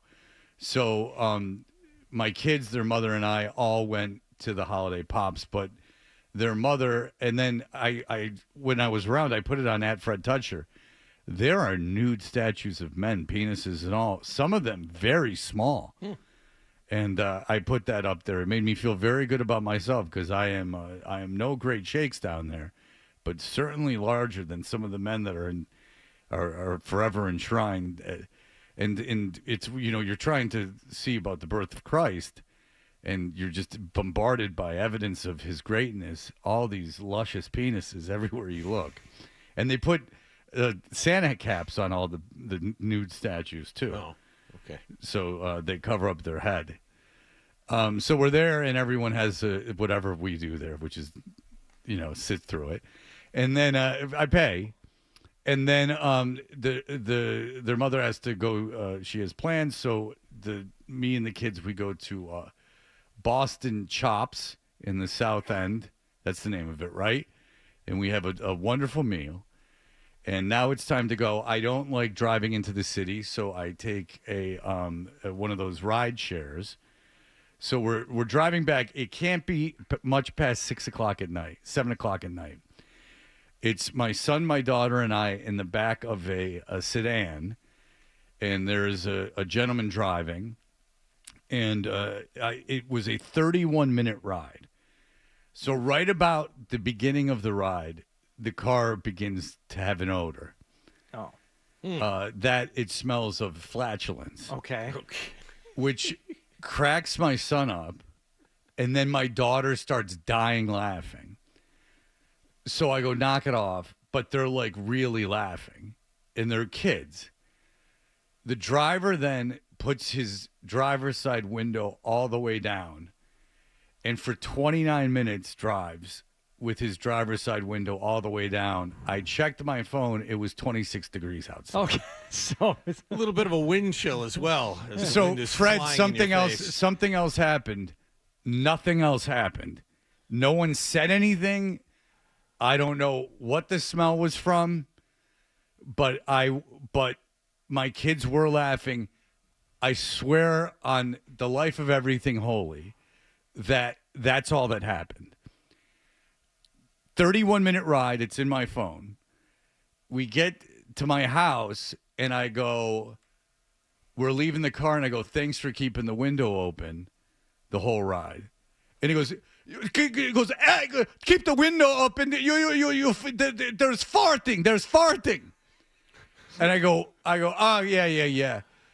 And then, so he is parked across the street from where I live, and I get to my driveway, and he goes, F you. And I go, oh, yeah? F you, you crazy mother effer. He goes, there was farting. And I go, I'm with my kids. He goes, I have kids. They don't fart. I swear to God. Here we go. He goes, I have kids. They don't fart. You say nothing. I go, what do you want me to say about them farting? And he goes, F you. I go, you're out of your mind. He goes, you're lucky with your kids, or I'd come out there and kick your ass. I go, you're not going to do S. Get out of the effing car now. He goes, don't touch my car. I'm 20 feet away from his car. He goes, don't touch my car. I go, you're not going to do S. He goes, I come back. I'm going to come back. I'm going to come back and kick your ass. Oh. And I go, you're not going to do S. F you, da-da-da-da-da. Uh-huh. Then this crazy bastard starts driving up and down the street. Just driving up and down the street. Maybe he's waiting for his next fare.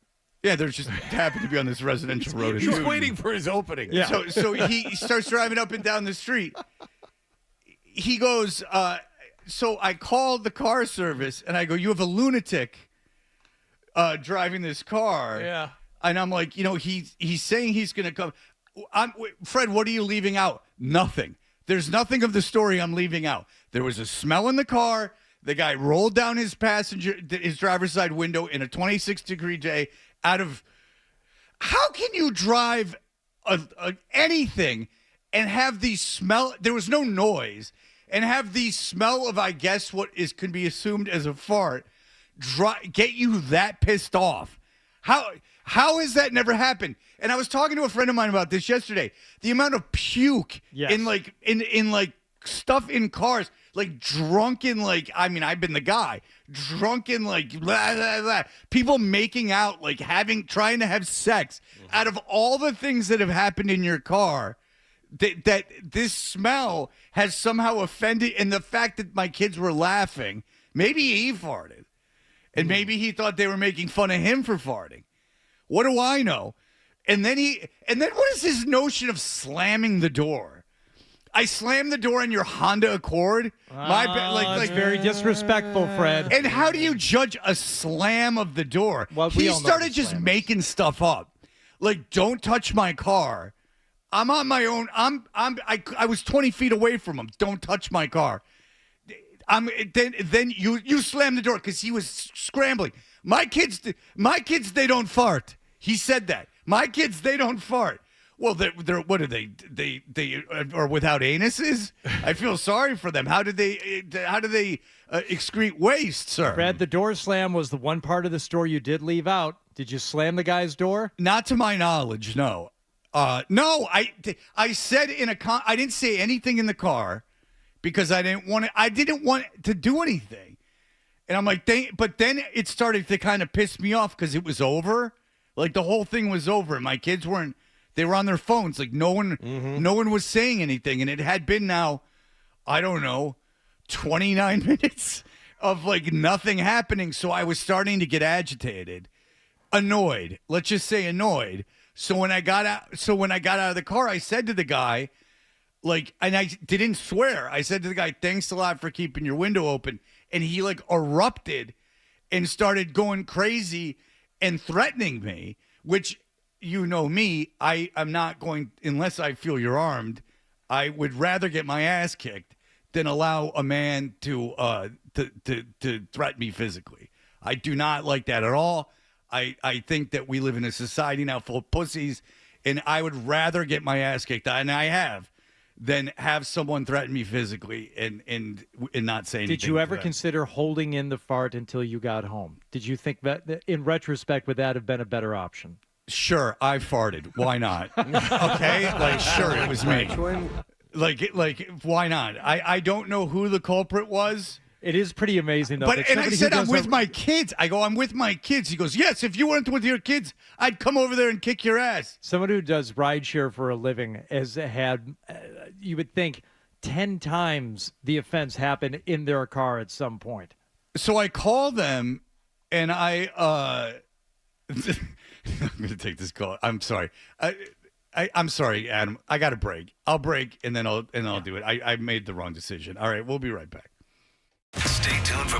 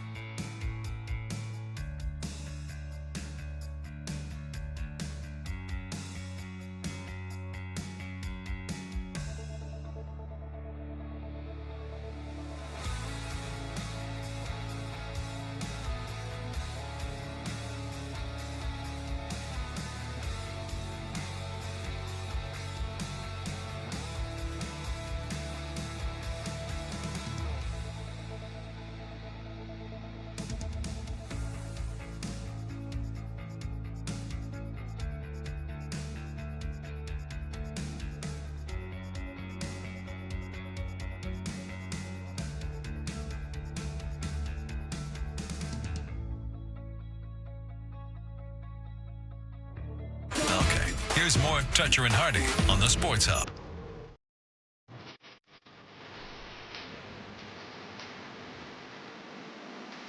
Hey, we are Toucher and Hardy, 617-779-0985. We're brought to you by FanDuel Sportsbook. Make every moment more.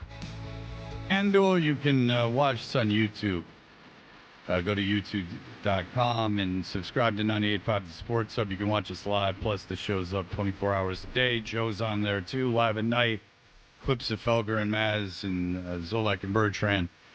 So, Saturday matinee of the Holiday Pops. My kids, me, and their mom all go to Holiday Pops. We sit through it. I don't. It's just a tradition. It's become one of these obligations. It's not an unenjoyable time, but it's certainly not something that I don't think any of us are sitting there just super into.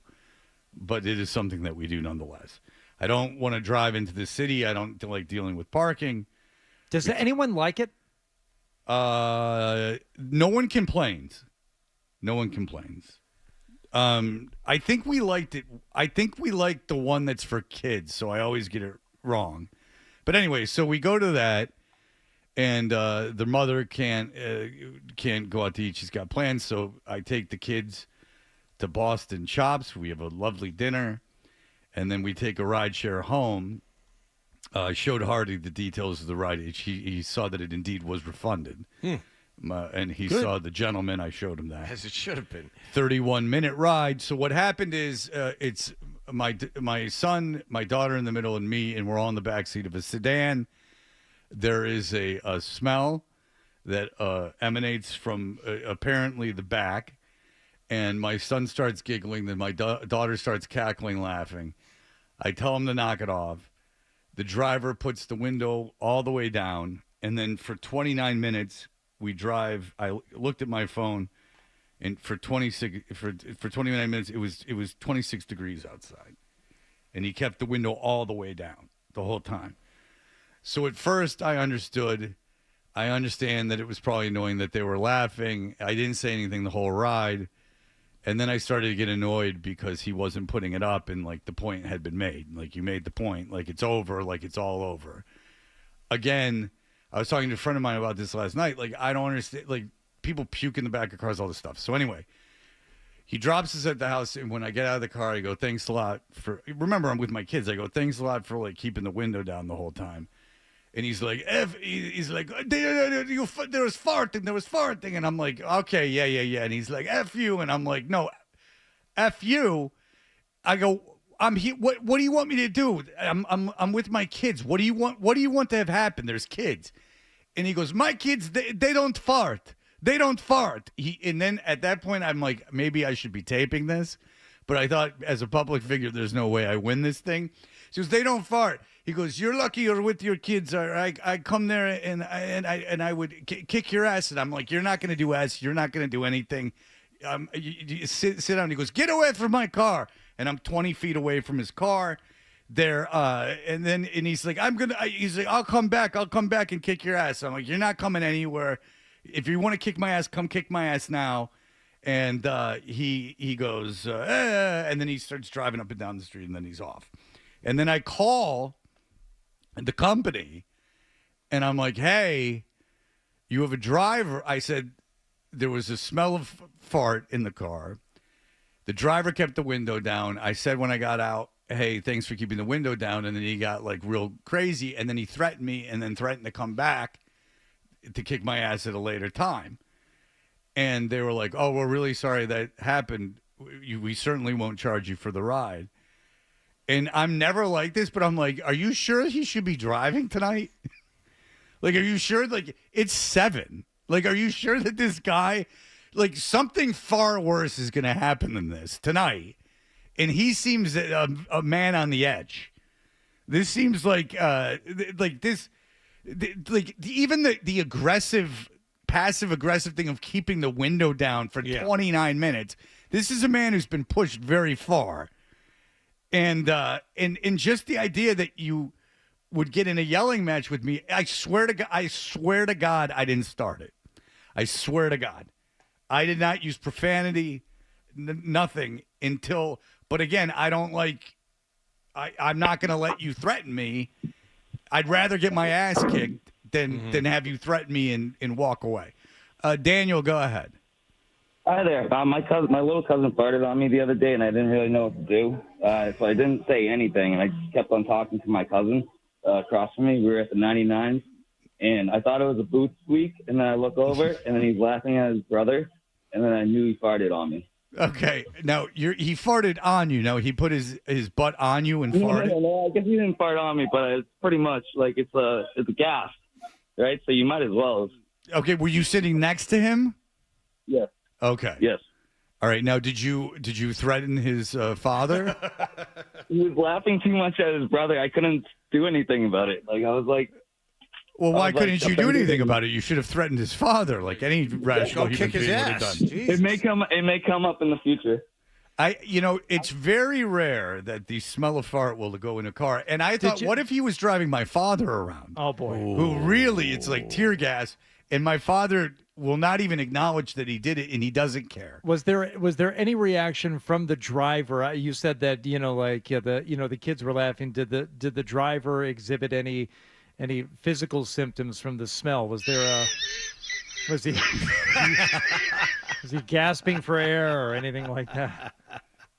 No. And I didn't laugh, and I told them to knock it off. I go, knock it off. Did you consider like 15 minutes into the window being rolled down, say, okay, that's enough, the smell is gone? Did you consider asking him to put the window back up? I didn't want to say. It was so weird that I didn't want to say anything while he was driving us. Like at the end, I just wanted to make it known, like, I get it. You kept the window down. That was really weird. That was all I expected to have happen. Oh, and then there was the thing. He goes, and you slammed my door. You slammed my door. And this whole slamming of the door thing is, Hardy and I were talking about it off air. I'm on his side on this one. Very good. I don't know what, like, I slammed your door. Yeah. Like, first of all, I didn't slam the door. And second of all, like, so what? It's very disrespectful. Sure, you don't it do is. that to a man's car. Absolutely. The whole thing will fall apart. Like, do you know the instances of cars just spontaneously combusting because the door was shut too hard? If I were to slap you across the face with my glove, it's not going to break your jaw, but it's very disrespectful. Absolutely. I can completely understand the, he was driving a pristine 1972 Rolls-Royce Shadow. I can understand why he... A Silver Cloud. Silver Cloud. That's what it was. It was Silver Cloud, all with original parts. I mean, he's really... It's something that should be in a museum. No, it was a Honda. I don't know why I can't slam the door. Get the F out of here. Henry Rollins, go ahead, Henry. Gentlemen, good morning. Good morning. It has been some time. I wanted to circle back. I heard your tale about going to a long show and then there being some farting in the vehicle.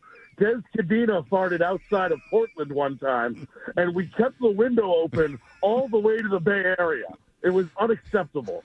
But, Fred, what I would suggest when this happens in the future is to go home, train with free weights, find the Uber driver, and punch him in the chest. Thank you, Henry Rollins. Everyone loves when Henry... Des Cadenza was very known to be flagellant, and they would keep the window down in the van. All the way to the Bay Area. That's a long time. Well, listen, they had an intense touring schedule, that Black Flag. Kurt, go ahead, sir.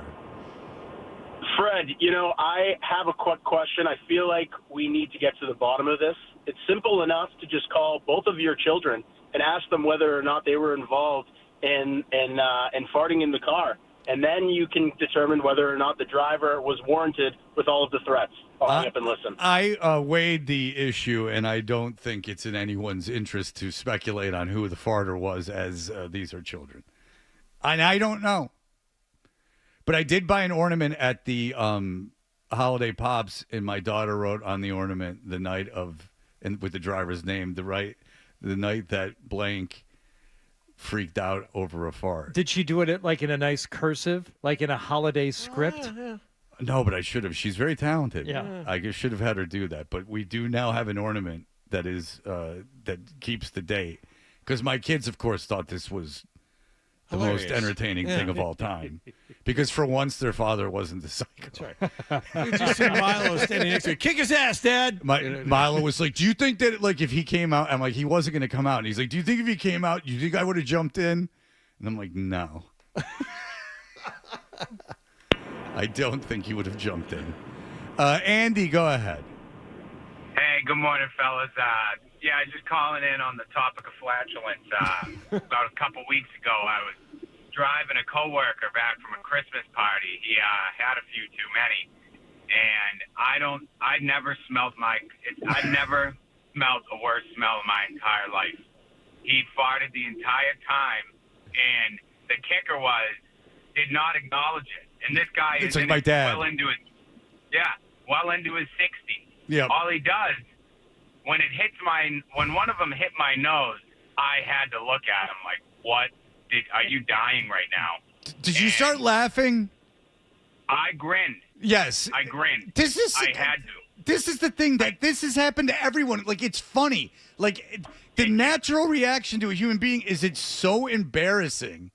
And it's unspoken, but there's something so obviously foul that it's like funny. Like it's naturally funny. And I put myself in the position of the driver. I can't understand under any situation getting pissed off about that. Like, I don't whoever was responsible was supposed to not fart for the half an hour that we were in the car. Well, it's an odd You dynamic. could take a dump on the floorboard. I mean, there was someone farted. Well, it's an odd dynamic. And I don't even know if because- anyone farted, to be honest with you. It just smelled like a fart. Yeah, well, Fred, you are a guest in his car, but it sounds like he may be a guest in our country. So it's kind of like, dueling hosts here. You know, what is the protocol? What's the proper etiquette? I'm not sure. And you found yourself in a real pickle. And my rating with the service went down a tenth of a point. They counted his. Oh, that's not right. They That's not counted. right. I had a perfect 5. Should have that and now it's expunged down from to a the 49. record. That's not right. Not your fault. I did find it odd, and maybe I've turned over a new leaf, that I was concerned for public safety, that I actually had a concern for public safety and stayed about a half an hour in contact with the company. You know what? The door slam is worth a tenth of a point. Yes, the aggressive door slam, right? Yep. I kicked it. I kicked the door closed. Door slam with your stupid car. Door slam. Get out of here, precious. Real royalty. You slammed my door. F you, you slammed my door. I've never in my life said, ooh, you slammed the door of my car. I fought a guy once for slamming the car at the door of my car. You did? Yeah. How old were you? 25. Yeah. Were you hyped up? Oh, I was all pissed. I was all full of piss and vinegar. Yeah, right. No, I don't know. Vic, go ahead. Hey, guys.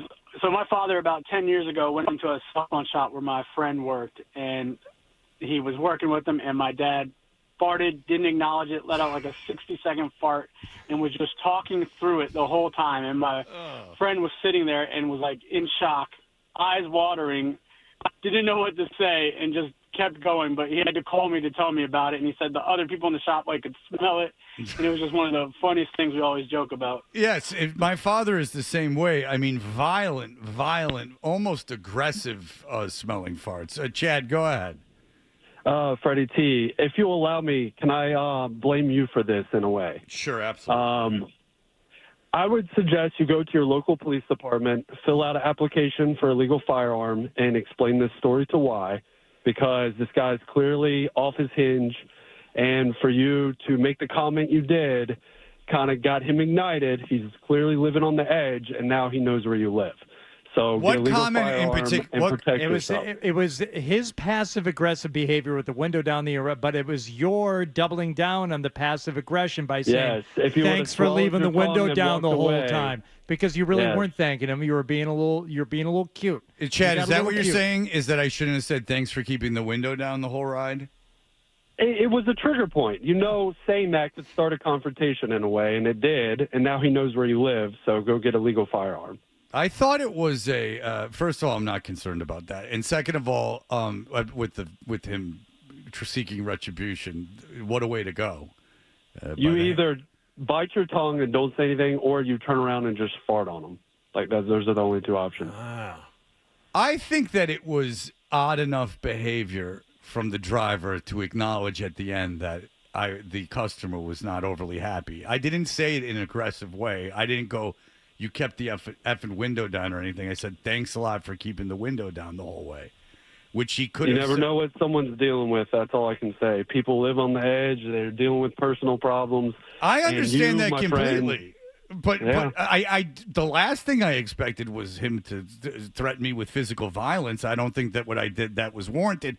I thought no one said anything like the whole ride. It was fine. So you had to say he something. probably Why just didn't you? finished. Go ahead. He probably just finished a Joe Rogan podcast. They were chopping it up about jiu-jitsu, and the man was ready to go, Fred. Yeah. I mean, you never know. You don't ever know, but I didn't think that I was doing anything. It's not If like you I felt got out like of my something had to be said, did you ever consider saying sorry about the smell in the car? No. Okay. Well, Okay, so it did occur to me when they were laughing to say something like, "Oh, look, like I'm sorry about that." But then I thought, doesn't that make it more awkward? it sounded pretty awkward to begin with.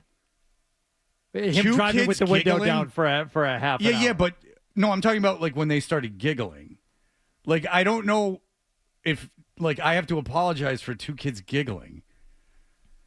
I think what the caller is saying, what I continue to say to you on a near daily basis, Fred. So you have to start to examine your own role in these constant conflicts in your life. True. I mean, It does seem to find you, Fred. If the common denominator is you, then what? I know where you're going. Yeah. Then you point the finger, Fred. How many you got pointing right back at you? You got to look in the mirror sometimes. I think I showed you the evidence that ride was comped. I don't know what that proves. Prove that you made a phone If call. if I was if I was at fault, why would I have made the phone call? Why would I have gone through to the draw exercise? the attention sneakily away from yourself. I know you don't think you were at fault in any way, but I think it is okay to question a few of your decisions in this entire episode. This is a great time for self-reflection. I have reflected on it, and I think that there's insane people that shouldn't be dealing with the public, certainly in a 2-ton vehicle. I don't have a guy driving up and down my block looking for me. You've never had a confrontation with anyone. Of course I've had confrontations, but not to the point where a guy passive-aggressively was zipping back and forth in front of my house. Oh, yeah, John, that's my fault that he your did fault, that. Fred, Yeah. I said I'm going to go get a gun. I had a big thing with him. Jesus Christ, John. I smell like flatulence. That was. Was that the video? That's the Incubus. Oh, okay, that's different. Which Brandon Boyd said. No, Brandon Boyd didn't do that, which would have made me like him. Brandon Boyd added incredulous that someone could talk to the great Brandon Boyd without being on the level. Well, anyway, that is for good or for ill or not. That is my story, and that is my Christmas tale for you. And perhaps it is something that I need to reflect upon. That I should discipline my children and also hold my tongue when sitting in a freezing car for 31 minutes that I was paying for. I don't think anyone brought up the children or any disciplining. He did. Well, but he did. He's crazy. We know this. So make up your mind. So are you. Very good, but I'm not the one that was threatening anyone. All right, we'll be back in just a moment with Around the NFL. More.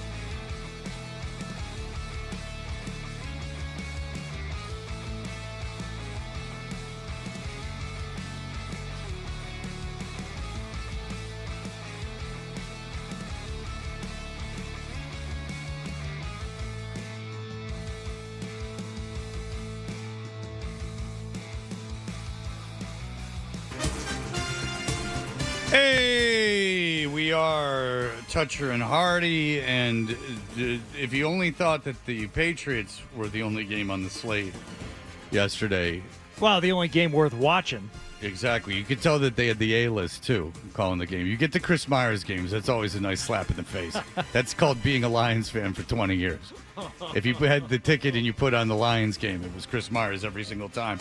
But, Hardy, there were indeed other games. Yes, last night the Packers were in Seattle to take on the Seahawks. Rub pumps, fires middle, got his man, latching on, reaching to the end zone, and it's a touchdown for the Green Bay Packers. Romeo Doubs would not be stopped. Jordan Love would not be stopped last night either. 20 of 27 for 229 yards, 2 touchdown passes, no interceptions. The Packers get out to an early lead, 14-0 in the first quarter, go on to win 30-13. Decisive win for a team that I said a couple of weeks ago when San Francisco was going there.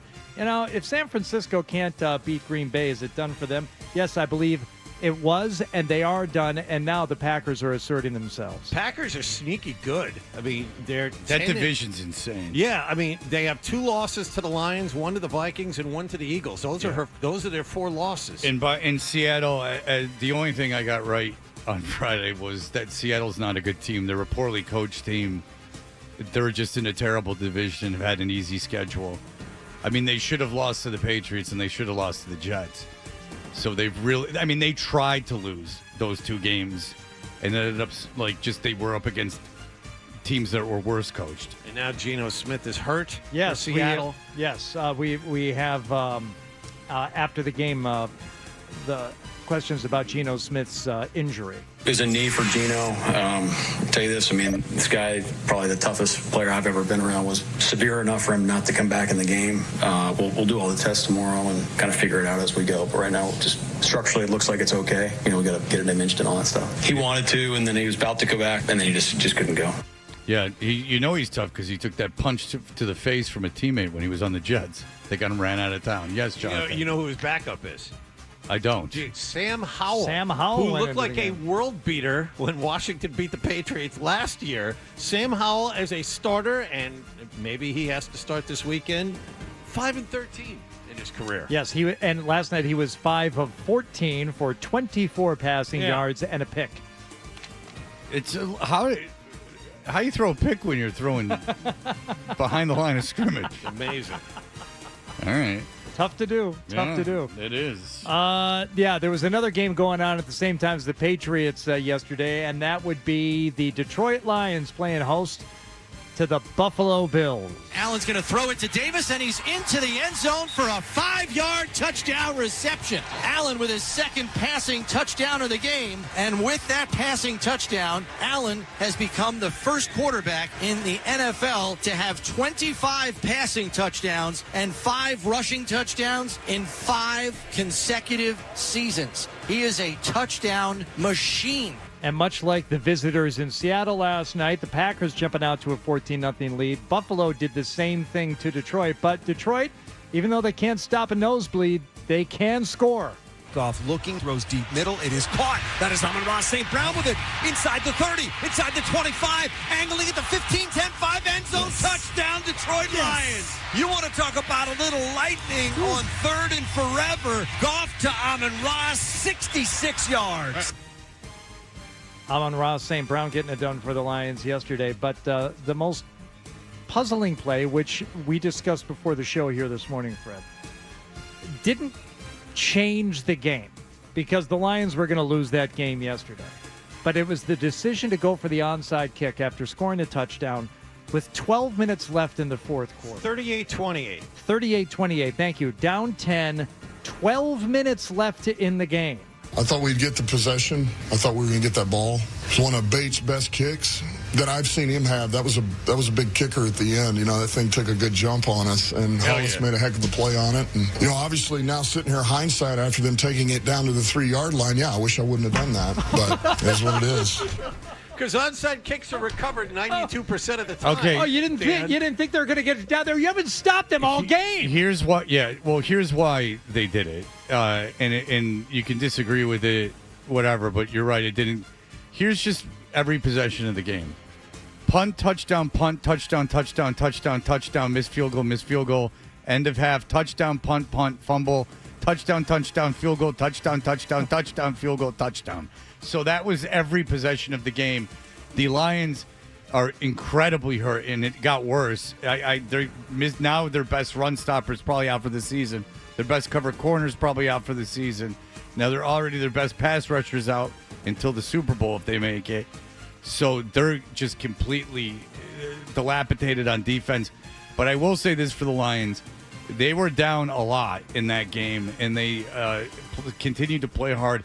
And scored 3 touchdowns in the fourth quarter. Yeah, and no defense is going to stop that team. I don't think Philadelphia can beat the Lions with the way they play. We'll get to the Philadelphia game. They had like this insane time of possession. I think the Steelers had the ball the Steelers might have had the ball twice in the second half. But but I don't think you can do that against the Lions, because the Lions you can keep the ball as long as you want. They're going to score on their next possession, and they can score quickly if they want to, and they can run clock if they need to. That offense, barring injuries, unstoppable. That offensive line's incredible. Their skill position players are incredible. You can't stop them on offense.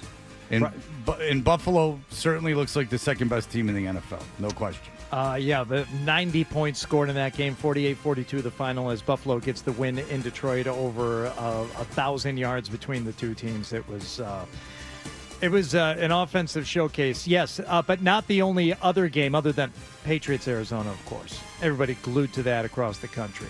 People did watch the Lions and the Bills, and people did watch the Eagles take on the Pittsburgh Steelers. Hurts looking, Hurts fires, Hurts completes it, Devontae Smith. There he is. On a quick slant. He's in on the action. He is. You ask about Devontae, well, there he is right there. Well, I was just feeling bad for him. He was left out, but now he's right back in. Lou Holtz calling the game. Telling you. Merrill Reiss. Suffer and succotash. Yeah. Questions in the Eagles locker room all week. A lot of chatter about how they were going to play offensively and what was the best thing for the team. And now did that quiet the critics and quiet the critics within the own locker room? For sure. That was our moment to tell everybody to shut up, honestly.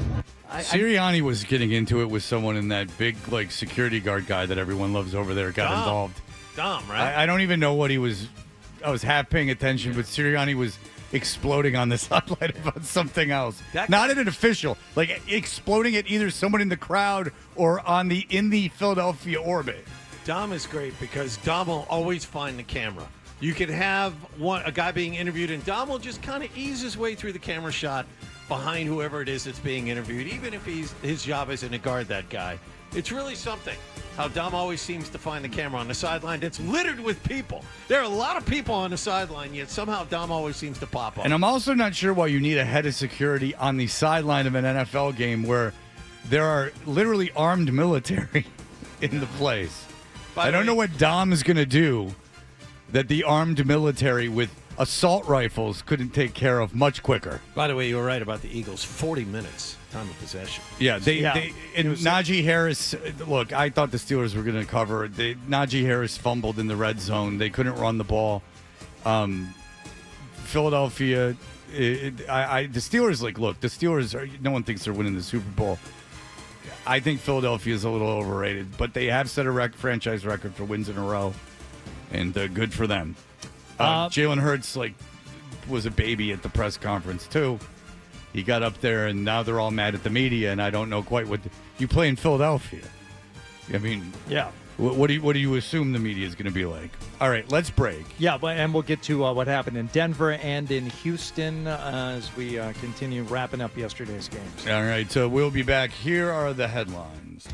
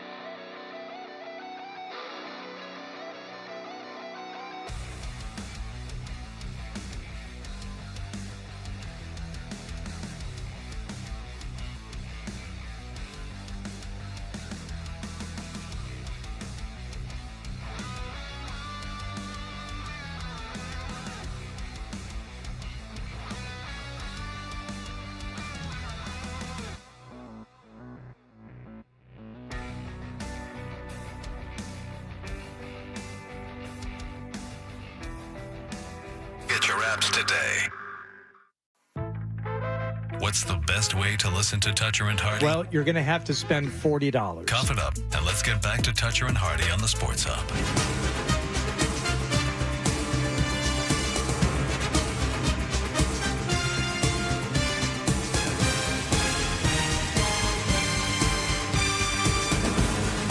Hey, we're Toucher and Hardy, brought to you by FanDuel Sportsbook. Make every moment more with FanDuel. Hardy, what else happened in the NFL? Oh, Fred, you were asking one of your characteristically sarcastic questions earlier when we were discussing Sam Howell and the Seattle Seahawks and how one could throw an interception when all you're doing is throwing the ball behind the line of scrimmage. Well, it can't happen, Fred. We go to Denver. It can happen when you get a little too cute, when you get a little funny with things. This is going to be a double pass. They throw it, complete it, throw it back to Richardson. It's going to be intercepted. Intercepted Nick Bonito. Bonito to the end zone. Touchdown, Denver. 50 yards on the pick six. That's embarrassing. You hate to see that happen. You also hate to see somebody with a sure touchdown in their grasp and they drop the ball before they cross the goal line. We've seen this happen more than once this year. The player's not breaking the plane of the goal line. The ball comes loose. We see him let it go before it breaks the plane. We have a fumble in the field of play, and we all know now that a fumble in the field of play rolling through the end zone, out of the end zone, the result is a touchback. We clearly see him dropping the football before it breaks the plane of the goal line. I saw it too. The guy in the Jets, his first touchdown it would have been his first touchdown as an NFL player. He took an end around and dropped it before he got to the goal line in celebration. I don't understand why you feel the need to drop the ball. Just flip it up in the air like you're really cool. How about waiting until you actually see the paint on the ground? Yeah, wait, like another minute? No, one more step. One more step. A millisecond. That painted area is there for a reason to let you know you're in the end zone. Yeah, maybe look down. Like get in the end zone, stop, or get in the end zone, run through it, and then run to that wall, crazy. Maybe then drop it. Yeah, I don't know the need to drop it right away, or even how that looks cool. I've been saying this for years. I want football to go back to Little Rascals style. You got to run it in the end zone, kneel down, put the ball on the ground. No more of this breaking the plane, no more of this nonsense, and it stops that nonsense with Jonathan Taylor flipping the ball before he crosses the goal line. No, you got to get in the end zone, kneel down, touch the ball on the ground. That's a touchdown. That would make for exciting back of the end zone catches because you would catch the ball. Then instead of going out of bounds with 2 feet Fred, not everyone's going to love it. No, you would fall back. Not everyone will love it. Can you survive the tackle? Like, for instance, if you catch the ball in the end zone, you're tackled to the ground before you can down it and put the ball down. Are you allowed to fight your way out of the tackle, like once you've been tackled and then down it? Yes, and then you have to find a safe space in the end zone with no one else around and kneel down. People are following you around to make sure you don't put the ball down. Touch the ball like Spanky, like touchdown. I was unaware that was a rule. I didn't know of Little Rascals. Yeah, watch the Little Rascals, dummy. I don't because it's racist. Yeah. A little bit.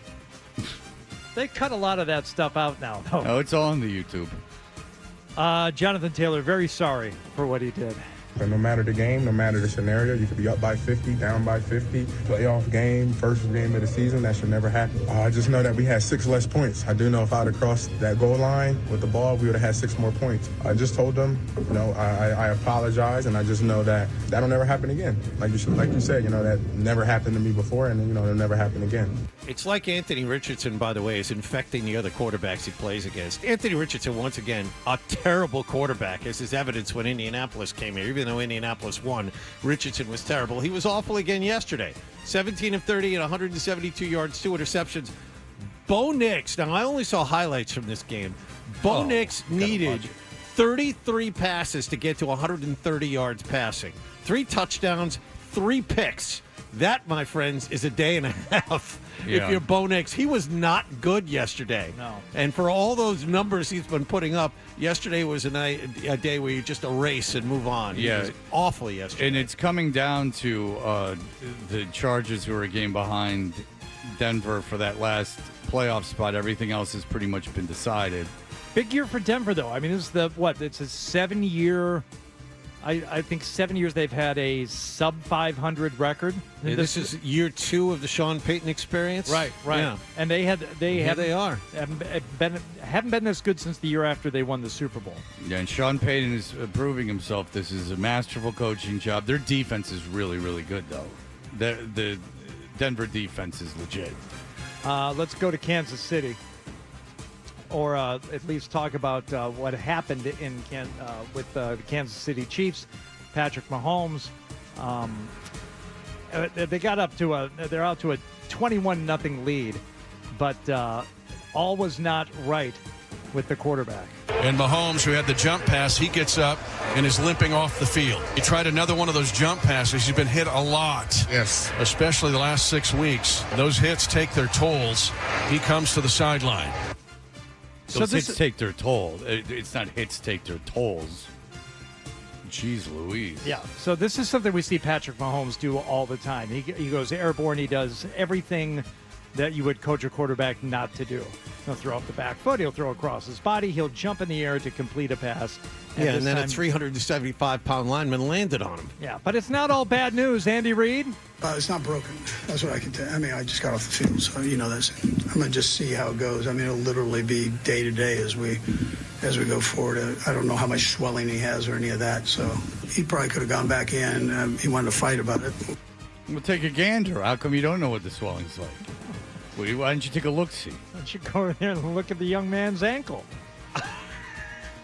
Thank God they picked that game to be on opposite the Patriot game on local television. That's for awful. These two jabronis that don't have the package like yours truly. Go ahead. Jameis Winston, who was unable to finish, by the way, for Cleveland because he got benched. Full Jameis Winston experience, 13 touchdowns, 12 picks this year for Cleveland. And I was reading before the game, they intend to give Deshaun Watson a chance to win the job back in the spring. That last pick that Jameis Winston threw yesterday, the look of disbelief on his face. Yeah. He was really puzzled. Like, I'd be puzzled. You've been doing this your entire career. Why are you amazed by this? And watch the pass. I'd be puzzled if it wasn't intercepted. I know. Like, what'd you think was going to happen? And the thing is of course Deshaun Watson's going to have a chance to win the job. They can't get rid of him, and they're paying him. They're paying him. Like, I mean, what's the point? They're just going to say, like, don't bother showing up? I mean, if he's on the team, he's going to have an opportunity to play. Jameis Winston has that unique ability to keep both teams in the game at the same time. It's really something to watch. He's very fun. He's a lot of fun to watch. I mean, there's no question about that. You never know what you're going to get next. That's and very he's true. got a great personality. Yep. And he steals crab legs. Finally, he did that once. College, baby. Yeah, one time. But did he ever fart in a car? No. Not to my knowledge. Finally, let's go to New Orleans, where the Commanders were taking on the Saints. Comes down to the final play here, where a extra point would have tied the game. 20-19. Yes. New Orleans scores with no time left. That's right. So, New Orleans kick the extra point, go to overtime. Nah, we're going to go for the win. This is it. 2-point conversion. Rattler's in the gun. Jamal Williams is the back. In motion, Moreau just scored the touchdown. Rattler rolling to his right. Looking, firing, throws. Incomplete! Incomplete! Washington wins 20-19! I respect it. I respect the hell out of it. Well, yeah, if I'm New Orleans, of course I'm going for 2. Who cares? Right. I mean, really, yeah, I'm going for 2 every time. What if it was a New Orleans fan upset about that? Oh, no. Now we're in for it. Oh, I'm sure. Boy. We'll monitor New Orleans sports. Now we're talk 5-9 today. instead of 6-8. Yeah. I mean, this is a disaster. Actually, 6-8, you're not that far out of it. You're 2 games out with 3 games left to win that division. We should get some New Orleans sports talk radio on the horn today and see what the Cajuns think about that decision to go for it. Yeah, if I'm New Orleans, I'm doing that too. They got that like fiery special teams guys. Their interim head coach. Yeah. A fiery special teams guy. And by the way, Miami loses yesterday, effectively removing them from the playoff chase. Daniel can't. Your favorite head coach can't keep his job after this season, can he? Yes, absolutely, he can. They didn't have Tua for a chunk of the season. But even with Tua, they're still only about 500. Who are you going to hire? You're going to fire him and get who? I don't know. There are always guys that, hey, call Ben Johnson, call a guy, an offensive genius to work with Tua. I like how Ben Johnson is now all of a sudden like that. No one knows anything about is any fan knows anything about is like the head coaching candidate. There's no evidence that he can do it. Our guy who's on before us overnight, Ben Maller, this morning, he said get Mike Vrabel in there. You need a man to run that team. Yeah. No, Vrabel's done it before. So Vrabel, I know, can do it. And Ben Johnson might be the greatest head coach of all time. It's just funny that everyone wants him. But, I mean, I would question how many Lions games that those people have watched or have any institutional knowledge of what he does for that team. All I'm saying is McDaniels should be on the hot seat. Miami is underachieved with Tua and without. They had. I would argue that they haven't underachieved. That when they missed Tua, I mean they pretty much won with Tua. I mean they lost to the Packers and they lost to the Texans with Tua. And they're 500 with him and under 500 without him. Yeah, I mean what are you gonna do? All right, I wouldn't fire McDaniels. Be better than 500 with him, is what I would say. Yeah. All right, well that's the goal. Hardy, yeah, that's certainly the goal. Yeah. Bob Socci, the goal is to talk to him the day after every game, even when they're out west, and we will do so in just a moment.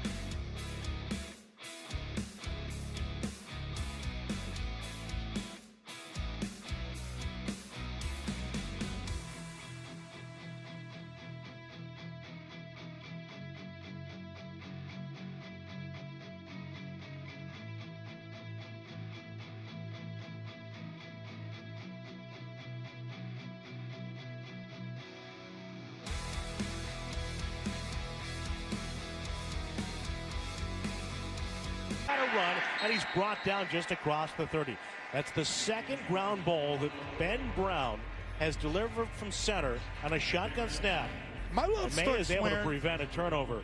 Again, reaching down to pick the ball off the turf. Can I start swearing? Not on the air. No. Save it for the break.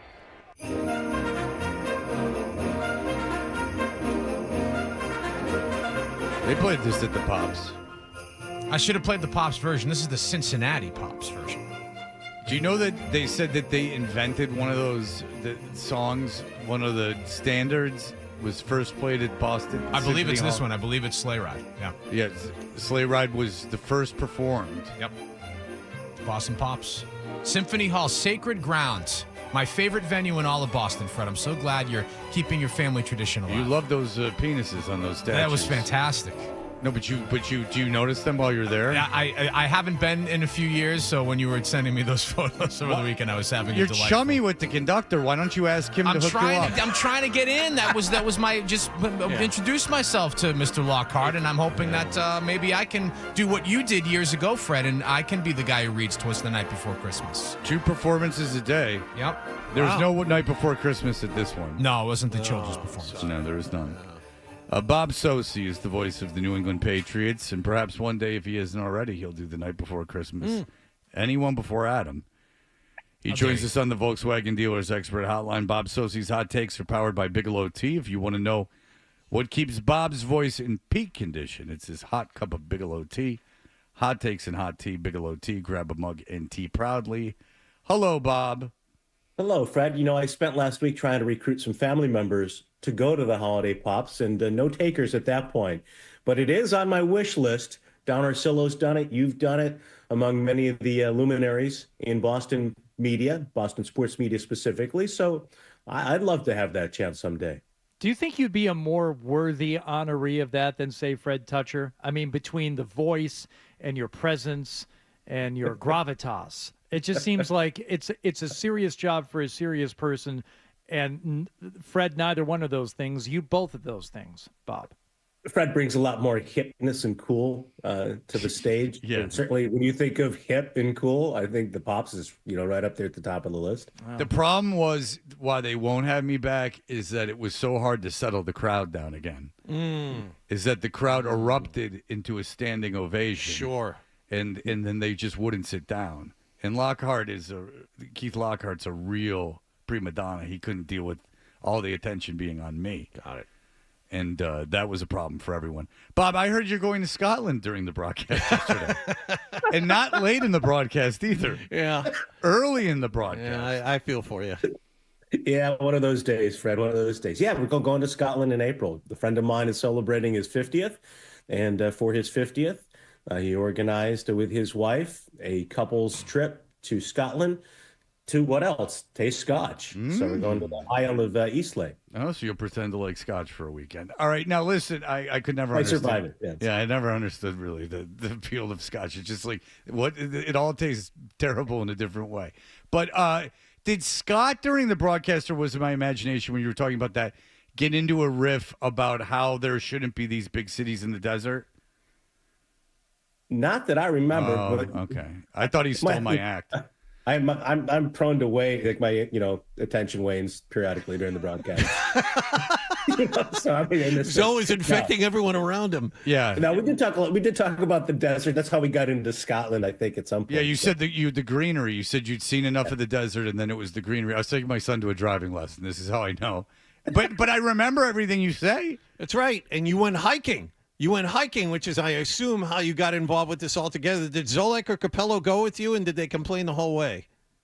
No, they complained the whole trip that we were hiking on Saturday. Dennis Knutson, Tyler Knutson, Mike Perry, who man our parabolics, do the duty on the field during the game to get you that great sound from wherever the Patriots play. And we did a little radio crew bonding along with a couple of photographers, videographers from the Pats crew.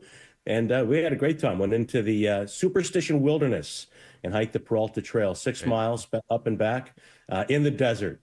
And it was quite an experience. The Superstition Wilderness, did Capello go into the fake news jungle at any point during that? And did he float up the mountain due to the results of the last election? Well, I don't know if you heard, they wanted to go see Redwoods when we were out in California So they drove about an hour and a half, I guess, maybe longer, to go hiking in the woods. What's going on with you guys? What is happening? Seriously? Capella decided to do this. Well, these are trips where we have an extra day between. Yeah, I know, but it's just travel day. That's like it's just a lot. An hour and a half each way to look at trees? No, I understand the desire to want to hike it. I actually, Yeah. and Adam, oh Jesus, Adam's fit to be tied in. Oh, Bob and I had a whole conversation off the mic about hiking in the Southwest. Oh my you God. kidding me? Adam only likes where they can dump a lot of garbage, so he feels like he's like actually doing something by picking it up. When in reality, it's just being in the wind. Go ahead. We were staying in like an office park in Santa Clara. It wasn't like we were, in San Francisco or, right on the bay. So it was not exactly, the best surroundings to do a lot. So you had to get away one direction or the other. So those guys went to the woods to go hiking, and I think Capella lasted about a quarter of a mile before To move the peyote he took over. went back to the car and waited for them. So, that took up a lot of the conversation, a lot of the storytelling from that trip to San Francisco, and filled the time between that trip and this past weekend. Did they go out to? Did they do ayahuasca out there? Were they trying to find God, or was it just they wanted to walk around? Probably common. They want to find something. I don't know if it's to find themselves, find God, find some other connection with Mother Nature. Maybe it's all about connection. Cosmic force out there, but they found it. All right. Well, listen. Now look at that. You got a bunch of pictures of cacti. Yeah, it's sweet. You can tell it was a good game. We're really getting in the weeds with this game. I know.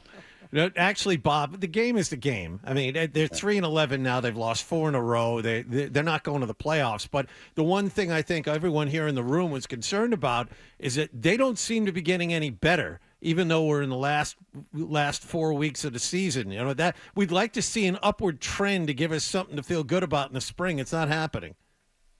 No, John. And you look at the stated goals, or you go back and you think about what were stated goals coming out of the bye going into this game. On offense, be more efficient in the red zone. And they were 2 for 3, I think, in the red zone yesterday, but 2 of those scores were in garbage time. The drive that counted, they got stuffed on 3rd and 4th down with less than 1. They wanted to prevent turnovers, and they did not do that. And they wanted to get turnovers. And yes, there was a personal foul that nullified a giveaway by Arizona. And you could make the case it was a borderline call at best. But nonetheless, they lost the turnover margin there. They went over 6 on 3rd down. The Cardinals went 10 for 15. And the other part of it, too, really looking at the 4 games that were left on the schedule going into Sunday, you wanted to see some young players get more opportunities and see how they progressed. Well, Jalen Polk was out there, got 1 target, no catches. Javon Baker wasn't available. He's in concussion protocol. Caden Wall is still unavailable, on injured reserve. And Layden Robinson, the young rookie at guard, again, another player from the draft class this year, was called for a critical holding penalty on that first drive that more or less derailed that drive before Joey Slime missed the field goal. So when you look at it from that standpoint, even if you wanted to see individually some of the players they really were hoping to evaluate, and I would throw Cole Strange in there too, who was working at center since coming back from the PUP list, but he wasn't ready to go for yesterday, so there's no opportunity to see him against a team like Arizona. And like you said, I mean, they didn't improve, and in some ways, I think, took a step back.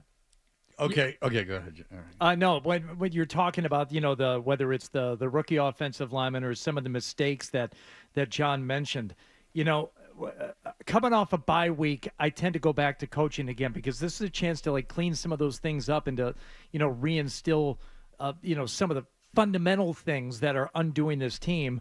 But at the root of it, Bob, you just said it. You've got guys in there that just can't play the position that well. And the holding isn't necessarily a result, I don't think, of poor coaching, certainly not all the time, but a lot of the time it's just, he's not good enough to not hold. That's the only way he's going to be able to play the position sometimes. So they're certainly hamstrung by the personnel, but I would have liked to have seen them get better at a few things, especially coming off the bye.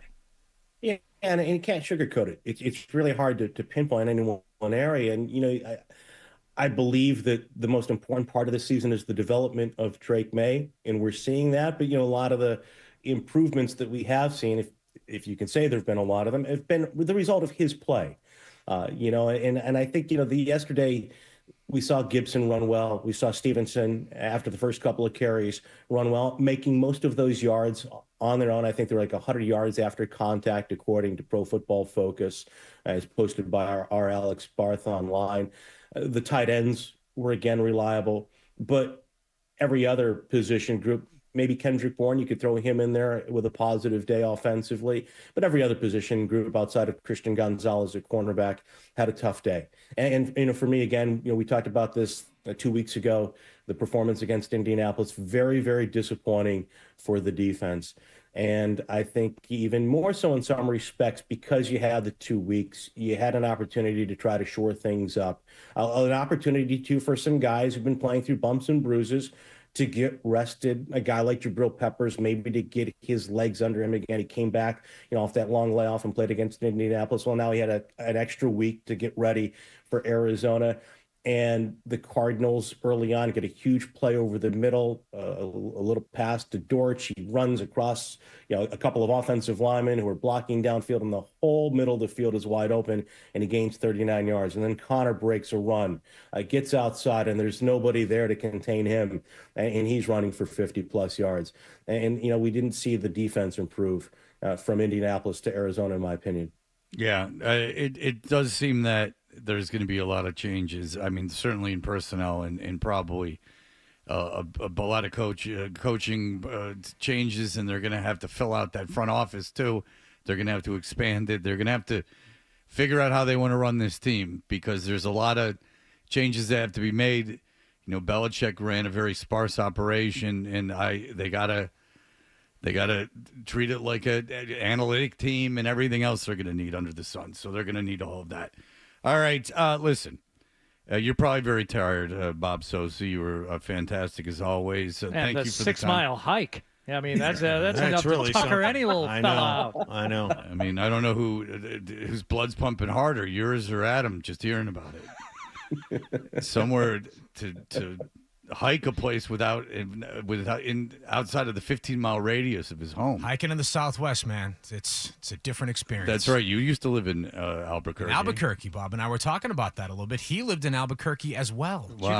Did you guys do the La Luna Trail while you were out there in the Sandia Mountains? You never did the La Luna Trail? Oh, I did. Yes. Oh, okay. I didn't know if you're asking me or Bob. I actually, Hardy, I never went hiking in the Albuquerque. I went up to Santa Fe a couple of times. Yeah. And I would run around the Albuquerque Academy up there, kind of at the base of the Sandias, but I never did the La Luna. I wasn't really into the outdoors at that point. I was working in minor league baseball. We had games every day, traveling across the Pacific Coast League. So, well, that's something that you're going to have to come to grips with at your death. Yes, exactly. You And I'm sure you time listeners I know are. All right. Very good, Bob. Thank you so much for the time. Thank you so much. Appreciate it, guys. All Take right, care. Thank you, Bob. See you, Bob. Socci. You know what I want to say is that Barth and Jim Murray and the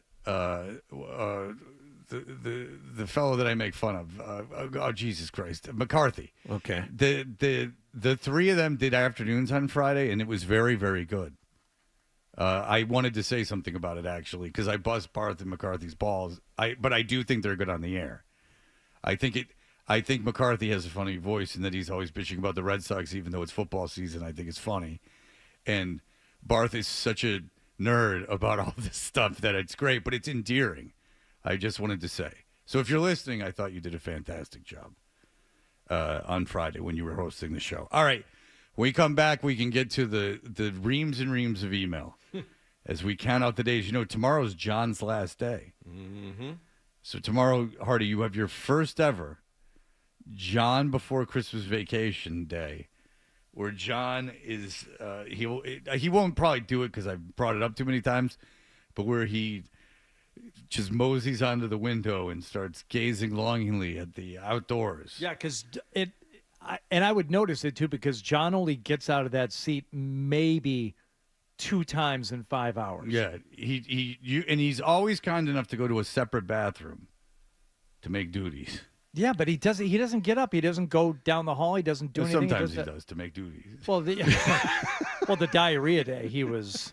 Hey, so many he doesn't times. like. Thanks like again, that. Fred. Appreciate that. That was good. He said it, not me. I thought you wanted to talk about it. No, it was great. Fred, where are you going? Where are you going? I got to go to the bathroom. Yeah, I got a mean case. That's right. So, Fred, without even taking a breath, begins the next break. So, Wallach has diarrhea, huh? Well, you did. Yeah. I have a bad case of diarrhea. How many times for your own financial gain do I have to, take the hit, Johnny? I mean, if you can't admit diarrhea, I mean, how many foibles and embarrassments have I gone into great detail about? Sure, you seem you're eager to do that too. You're an everyman. You are. You know what my theory is in all seriousness is that everyone has weird instances or makes mistakes in life, and so if you share yours, you're far more relatable. I just thought it was funny that you started the next break. Didn't even talk about anything else. We've discussed it. If in my mind it shouldn't bother you, it shouldn't bother you. Of course, that's right. You have your screening system. My That's screening right. system is nothing about family. Right. Nothing about like an active illness. But something that and I'm happened sure in the there's, past. well, I mean, if it all worked out, then it's fine. But yeah, these are my lines, and so I figured your diarrhea was of no. I'm actually a little surprised, and putting it on you that you were offended by that. I think that's something that you need to work out. Are you in therapy? How could you be offended by something I said about you? That seems more like a you problem than a me problem. That's pretty creative. That's good. Oh, You just thank turned you. that right around. Well, That was that's good. the idea. That's what I do to stay sane, or as sane as I can. All right, so we'll get to that in just a moment. You're listening to Toucher and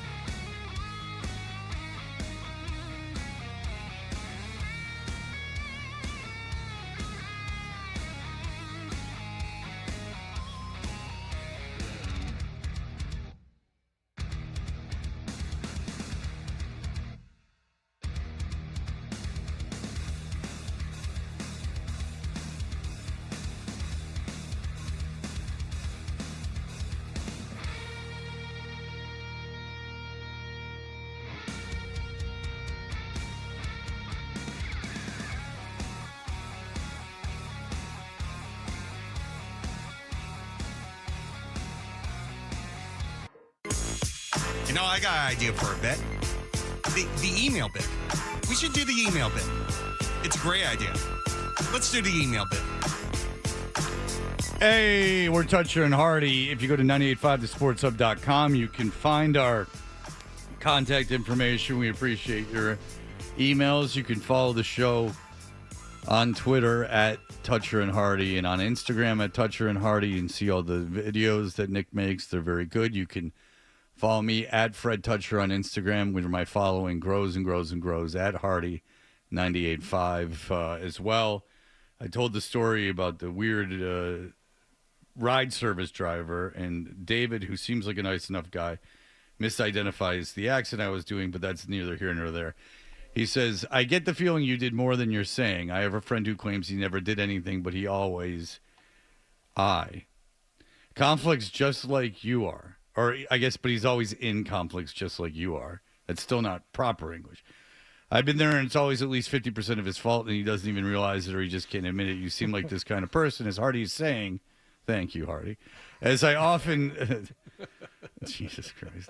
As often these things happen to you, there's no chance it's never your fault. Maybe here and there, but it happens too often and it is never your fault, like you always claim, not trying to be a dick. It's just an observation. So I'll start with that. How about there's no justification for threatening me under any circumstances? I mean, like, if a woman has a black eye... and she goes, I was hit. Do you say, well, what'd you say? Like, I mean, you can't escalate things to that nature. So say I'm completely making up my side of it. Like, I just went on the air to be, like, cute. And, like, and really I was needling the fellow a lot. That's not true. Everything I said was true. There's no excuse to threaten me physically. Like, that is the end of the story. You're not allowed to do that. So there's that. And this happens all the time. And by the way, I've admitted to being at fault, I don't know, 1,000 times on the show. This happens to me all the time. I can think of, in terms of a confrontation where someone threatened me, I can't think of that a lot in my life. I mean, I had a plane incident that was my fault, even though... No, not even though. See, this is it. You all right, stop, because you're going to get then these people get confused. And now I want to get into this. He says, lastly, you should have absolutely said something 10 minutes into the ride. Just ask nicely, excuse me, can you close the window? It's cold in here, and my young children are in here. Well, they're not young. But again, I feel like you wouldn't be able to say that calmly and without venom. Oh, do you? I'm not saying anything while the car's in motion. I'm at the mercy of a person who's acting passive-aggressively psychotic. See, this is where if he checks the rearview mirror, you'll be thwarted, because then he's going to see your resting bitch face, and he's going to take it as being venomous. Okay, I have no lips, and that is not my fault. That is the way God made me, and I have no lips. I have none. People like full lips. I have none.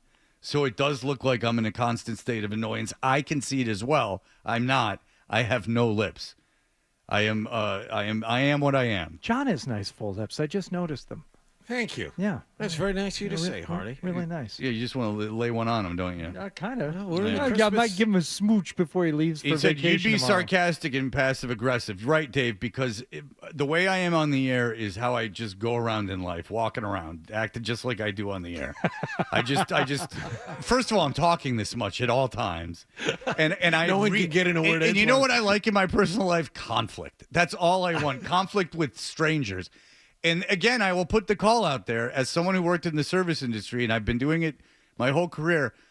I would like you to find someone in the service industry that I was not only not difficult with, you will never find anyone I was difficult with, but find one that did not enjoy my company. I go out of my way. Don't give me that eye. I was in the... You find one. Go find one. Okay, but John, has anyone ever? Now you ever found you're one? making it sound like Oddly enough, we have an email here, dear Fred. No, I'm kidding. No, you're making it sound like you engage the waiter and the wait staff, and you like go out of your way to make friends, which doesn't sound like you. I go out of my way to be nice and to be make their lives as easy as possible, and that is an absolute truth. And again, the floor is open. If anyone has had a bad experience with me, feel free. No one has ever said anything in all these years. They've said things about other people, but not me. But in the future, try to ask these things nicely, and you can avoid these things. How about in the future, people act normally, and that none of this happens? What is the deal with the victim shaming? I mean, there was a smell of fart in a car. Mm-hmm. It was 26 degrees, and the guy kept the driver's side window down for 29 minutes. When I left the car, I said, "Thanks for keeping the window down," and he went berserk. So none of it's my fault. Go screw yourself. You don't know me at all. You know a performance I'm putting on in the mornings, and I don't care to be... The story is there was a psychopath driving me around who threatened me because the smell of someone dared allegedly to break wind. I don't know who. It could have been him for all I know. Allegedly broke wind and there was giggling. That is the capital offense. No one was drunk. No one threw up. There was no contact with the driver. Nothing was broken. My biggest fear is that this man was a listener, and now we've lost that listener due to this incident. If you must know, he had on Maddie's old station. I was going to guess BBC. There's a lot of BBC World News. I think everyone's Well, no, you saw a picture of him. No, it was not. It was not any. It was. Stop victim shaming, please. It was an odd circumstance. I'm not shaming that man.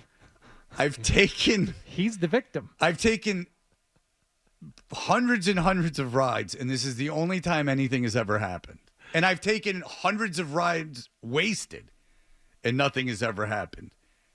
Sober as a judge now, and now this is where I have the big confrontation with the guy. All right, do you want one that attacks me now? You want to even things out a little bit? I don't care because I don't feel the need to have other people suffer. But if you think it's going to win the audience to your side. No, I just feel like because I could pick one of the other ones going after you, but I figure I'll balance things out. You know what's funny is that like that story is a story of a guy being a maniac, and somehow this audience has portions of this audience. It's my fault. It's my fault. I told you the story as it was. Well, can't be the story. That's like the first reaction was that can't be the story. It's the effing story.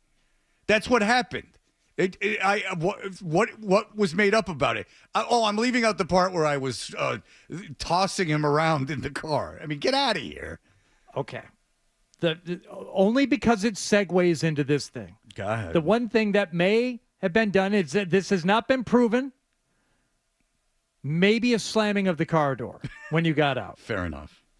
Alex. Because I cannot tell you what is and is not a slamming of the car door. Alex says the people get pissy, me, when you unaggressively slam their door are insufferable. I mean, what do you think is going to happen to your car?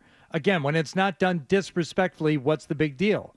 We hired a driver for a few days who kept complaining about it, so I kept trying to apply just the right amount of pressure so it just barely closed. This, of course, didn't work most of the time. Then I had to press it shut or try it again. What an effing nightmare to deal with 11 times a day. Nothing's going to happen to your car if the door is slammed a little harder than you prefer. Okay, let's do this. If there's this Woodward cruise in Detroit where people take their vintage cars. The Dream Cruise. The Dream Cruise. And they take their cars that they've worked hard on. A lot of them have like restored them to like pristine original condition. They've scoured the earth for original parts, and they will park them with the doors open and the hoods popped. Mm-hmm. Now, if you went around there slamming doors, you're being a terrible person. If your means of making money is to drive strangers around in your vehicle, and now you're judging the by the way, he wasn't upset in yelling about slamming the door. That was something he added in, I think, when he realized he was being a maniac. When he said, "My kids don't fart," I think might have been the time where he started, because that's also when he said, "Don't touch my car," when I was 20 feet away from it and just standing there. And by the way, he could have driven away at any point during this whole affair.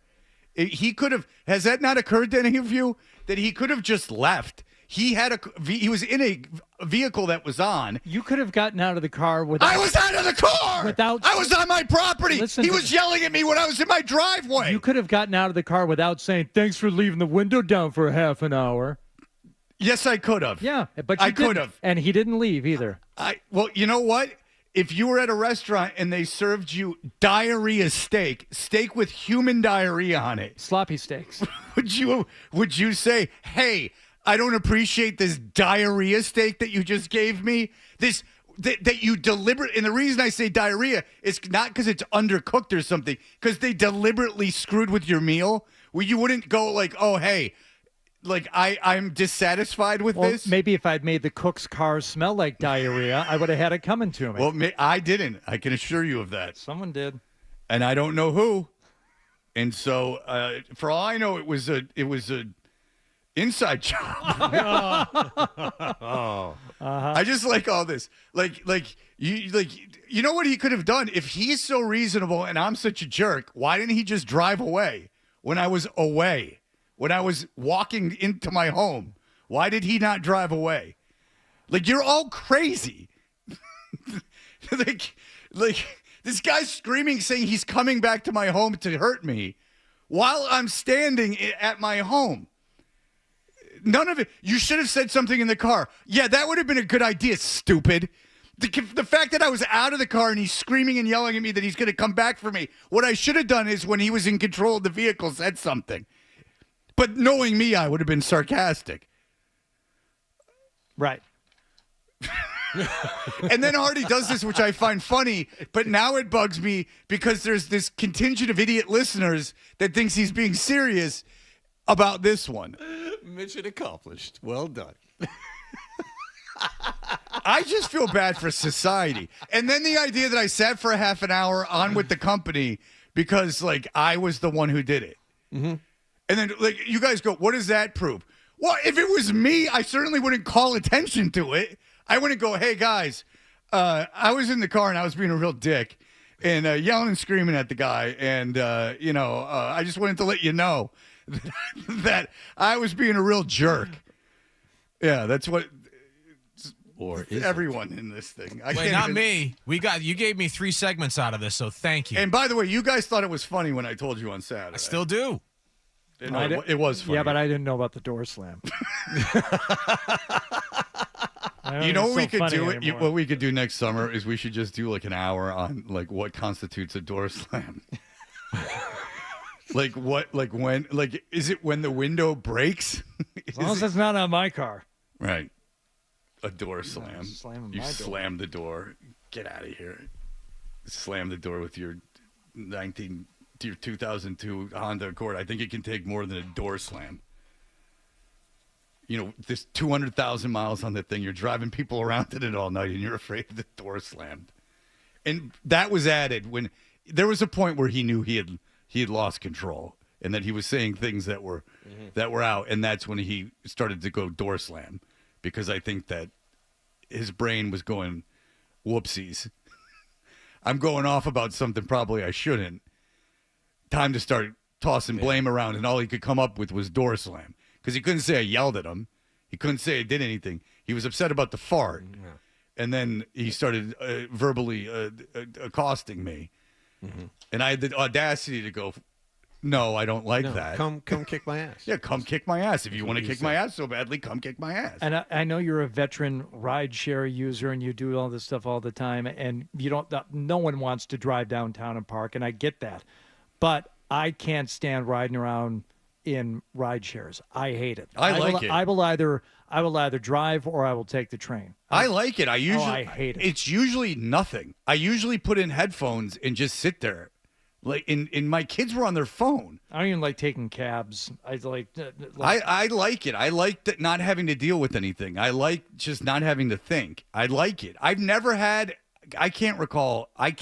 John, maybe you can, but I can't recall having like a negative experience in a rideshare at any point. Nothing jumps out at me. Yeah, when you say that, like there might have been a story or two in there. Yeah, whatever. Like in 20 years, maybe there was one thing. 98.5% of your rights. Hey, You like that? Yeah. 98.5%. Even though it's, I mean, I have a 4.9 rating, and it was 5 before this gentleman. And I think that, like you said, What about the other service you get suspended from?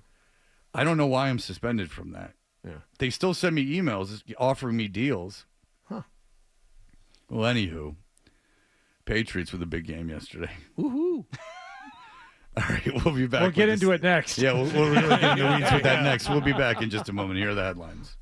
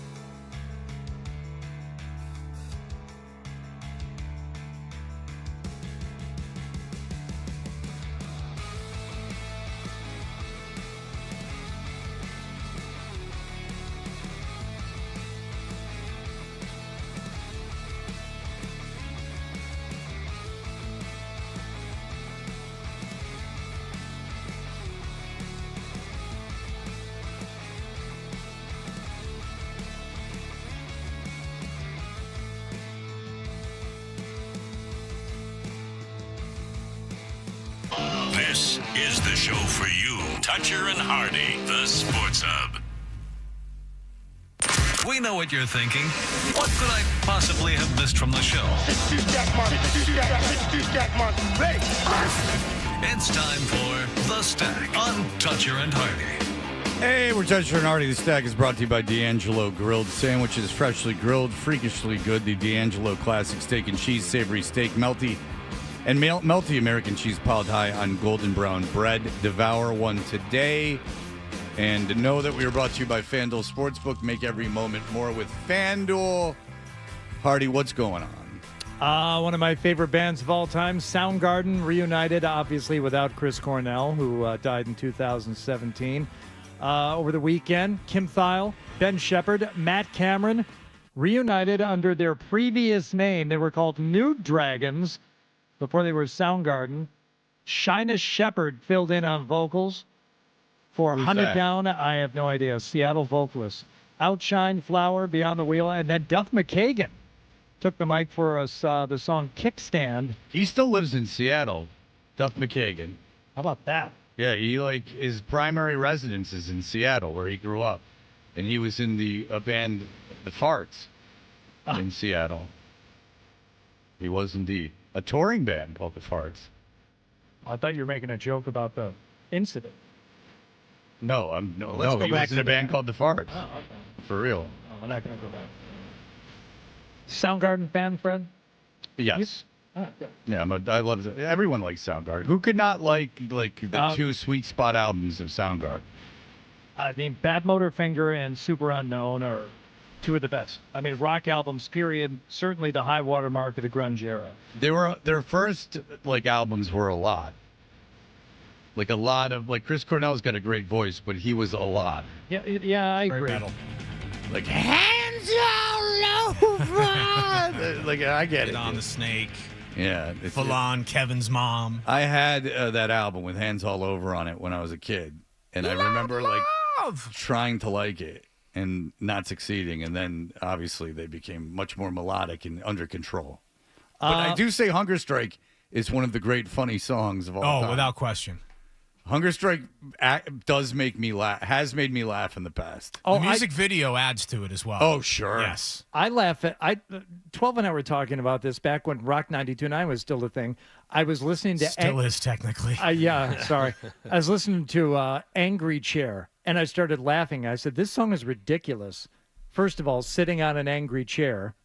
What the hell? And then the na na na na na na na. Hey. Yeah. This is kind of silly. O.J. Simpson's estate still not settled, but there's an attempt to get things right money-wise because they're going to auction off the porno mags that he had in prison. Apparently, this is a stash worth something to somebody. They're going to auction off his stash of pornography. And there are photos. Isn't that contraband in jail? No, O.J. and his fellow inmates were allowed to read magazines like Penthouse, and it turns out that O.J. had quite a collection and that he was a huge fan of pornography, both watching it and reading it while he was incarcerated. I'm a Guccione fan because Guccione was not for the working man, like Hustler magazine. Well, what did he do differently? Well, I tell you what I did. I was the first to have the balls to do. Yeah, what? I can't say. Oh. Because of the government. He also had condoms that he was in possession of for some reason. In jail? And he says... Well, you would have to assume that would be for gay sex. He might put OJ's Trojan condoms on the auction block. Unless he was having sex with a conjugal visits or a female guard.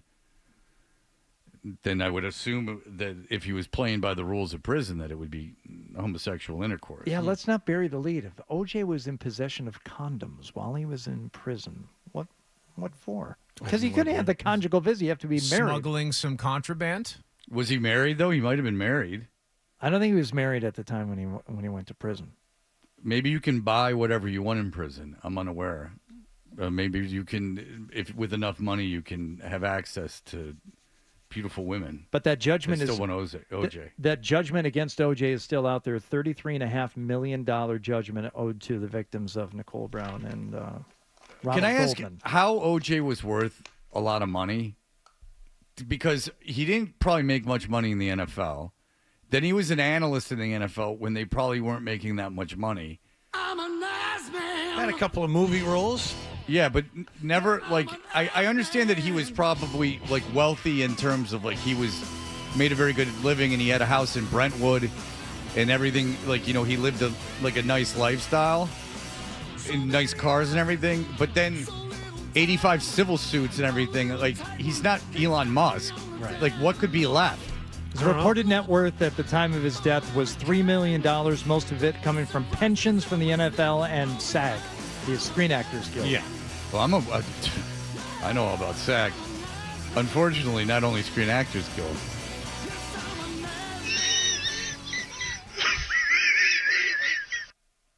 That's Joe.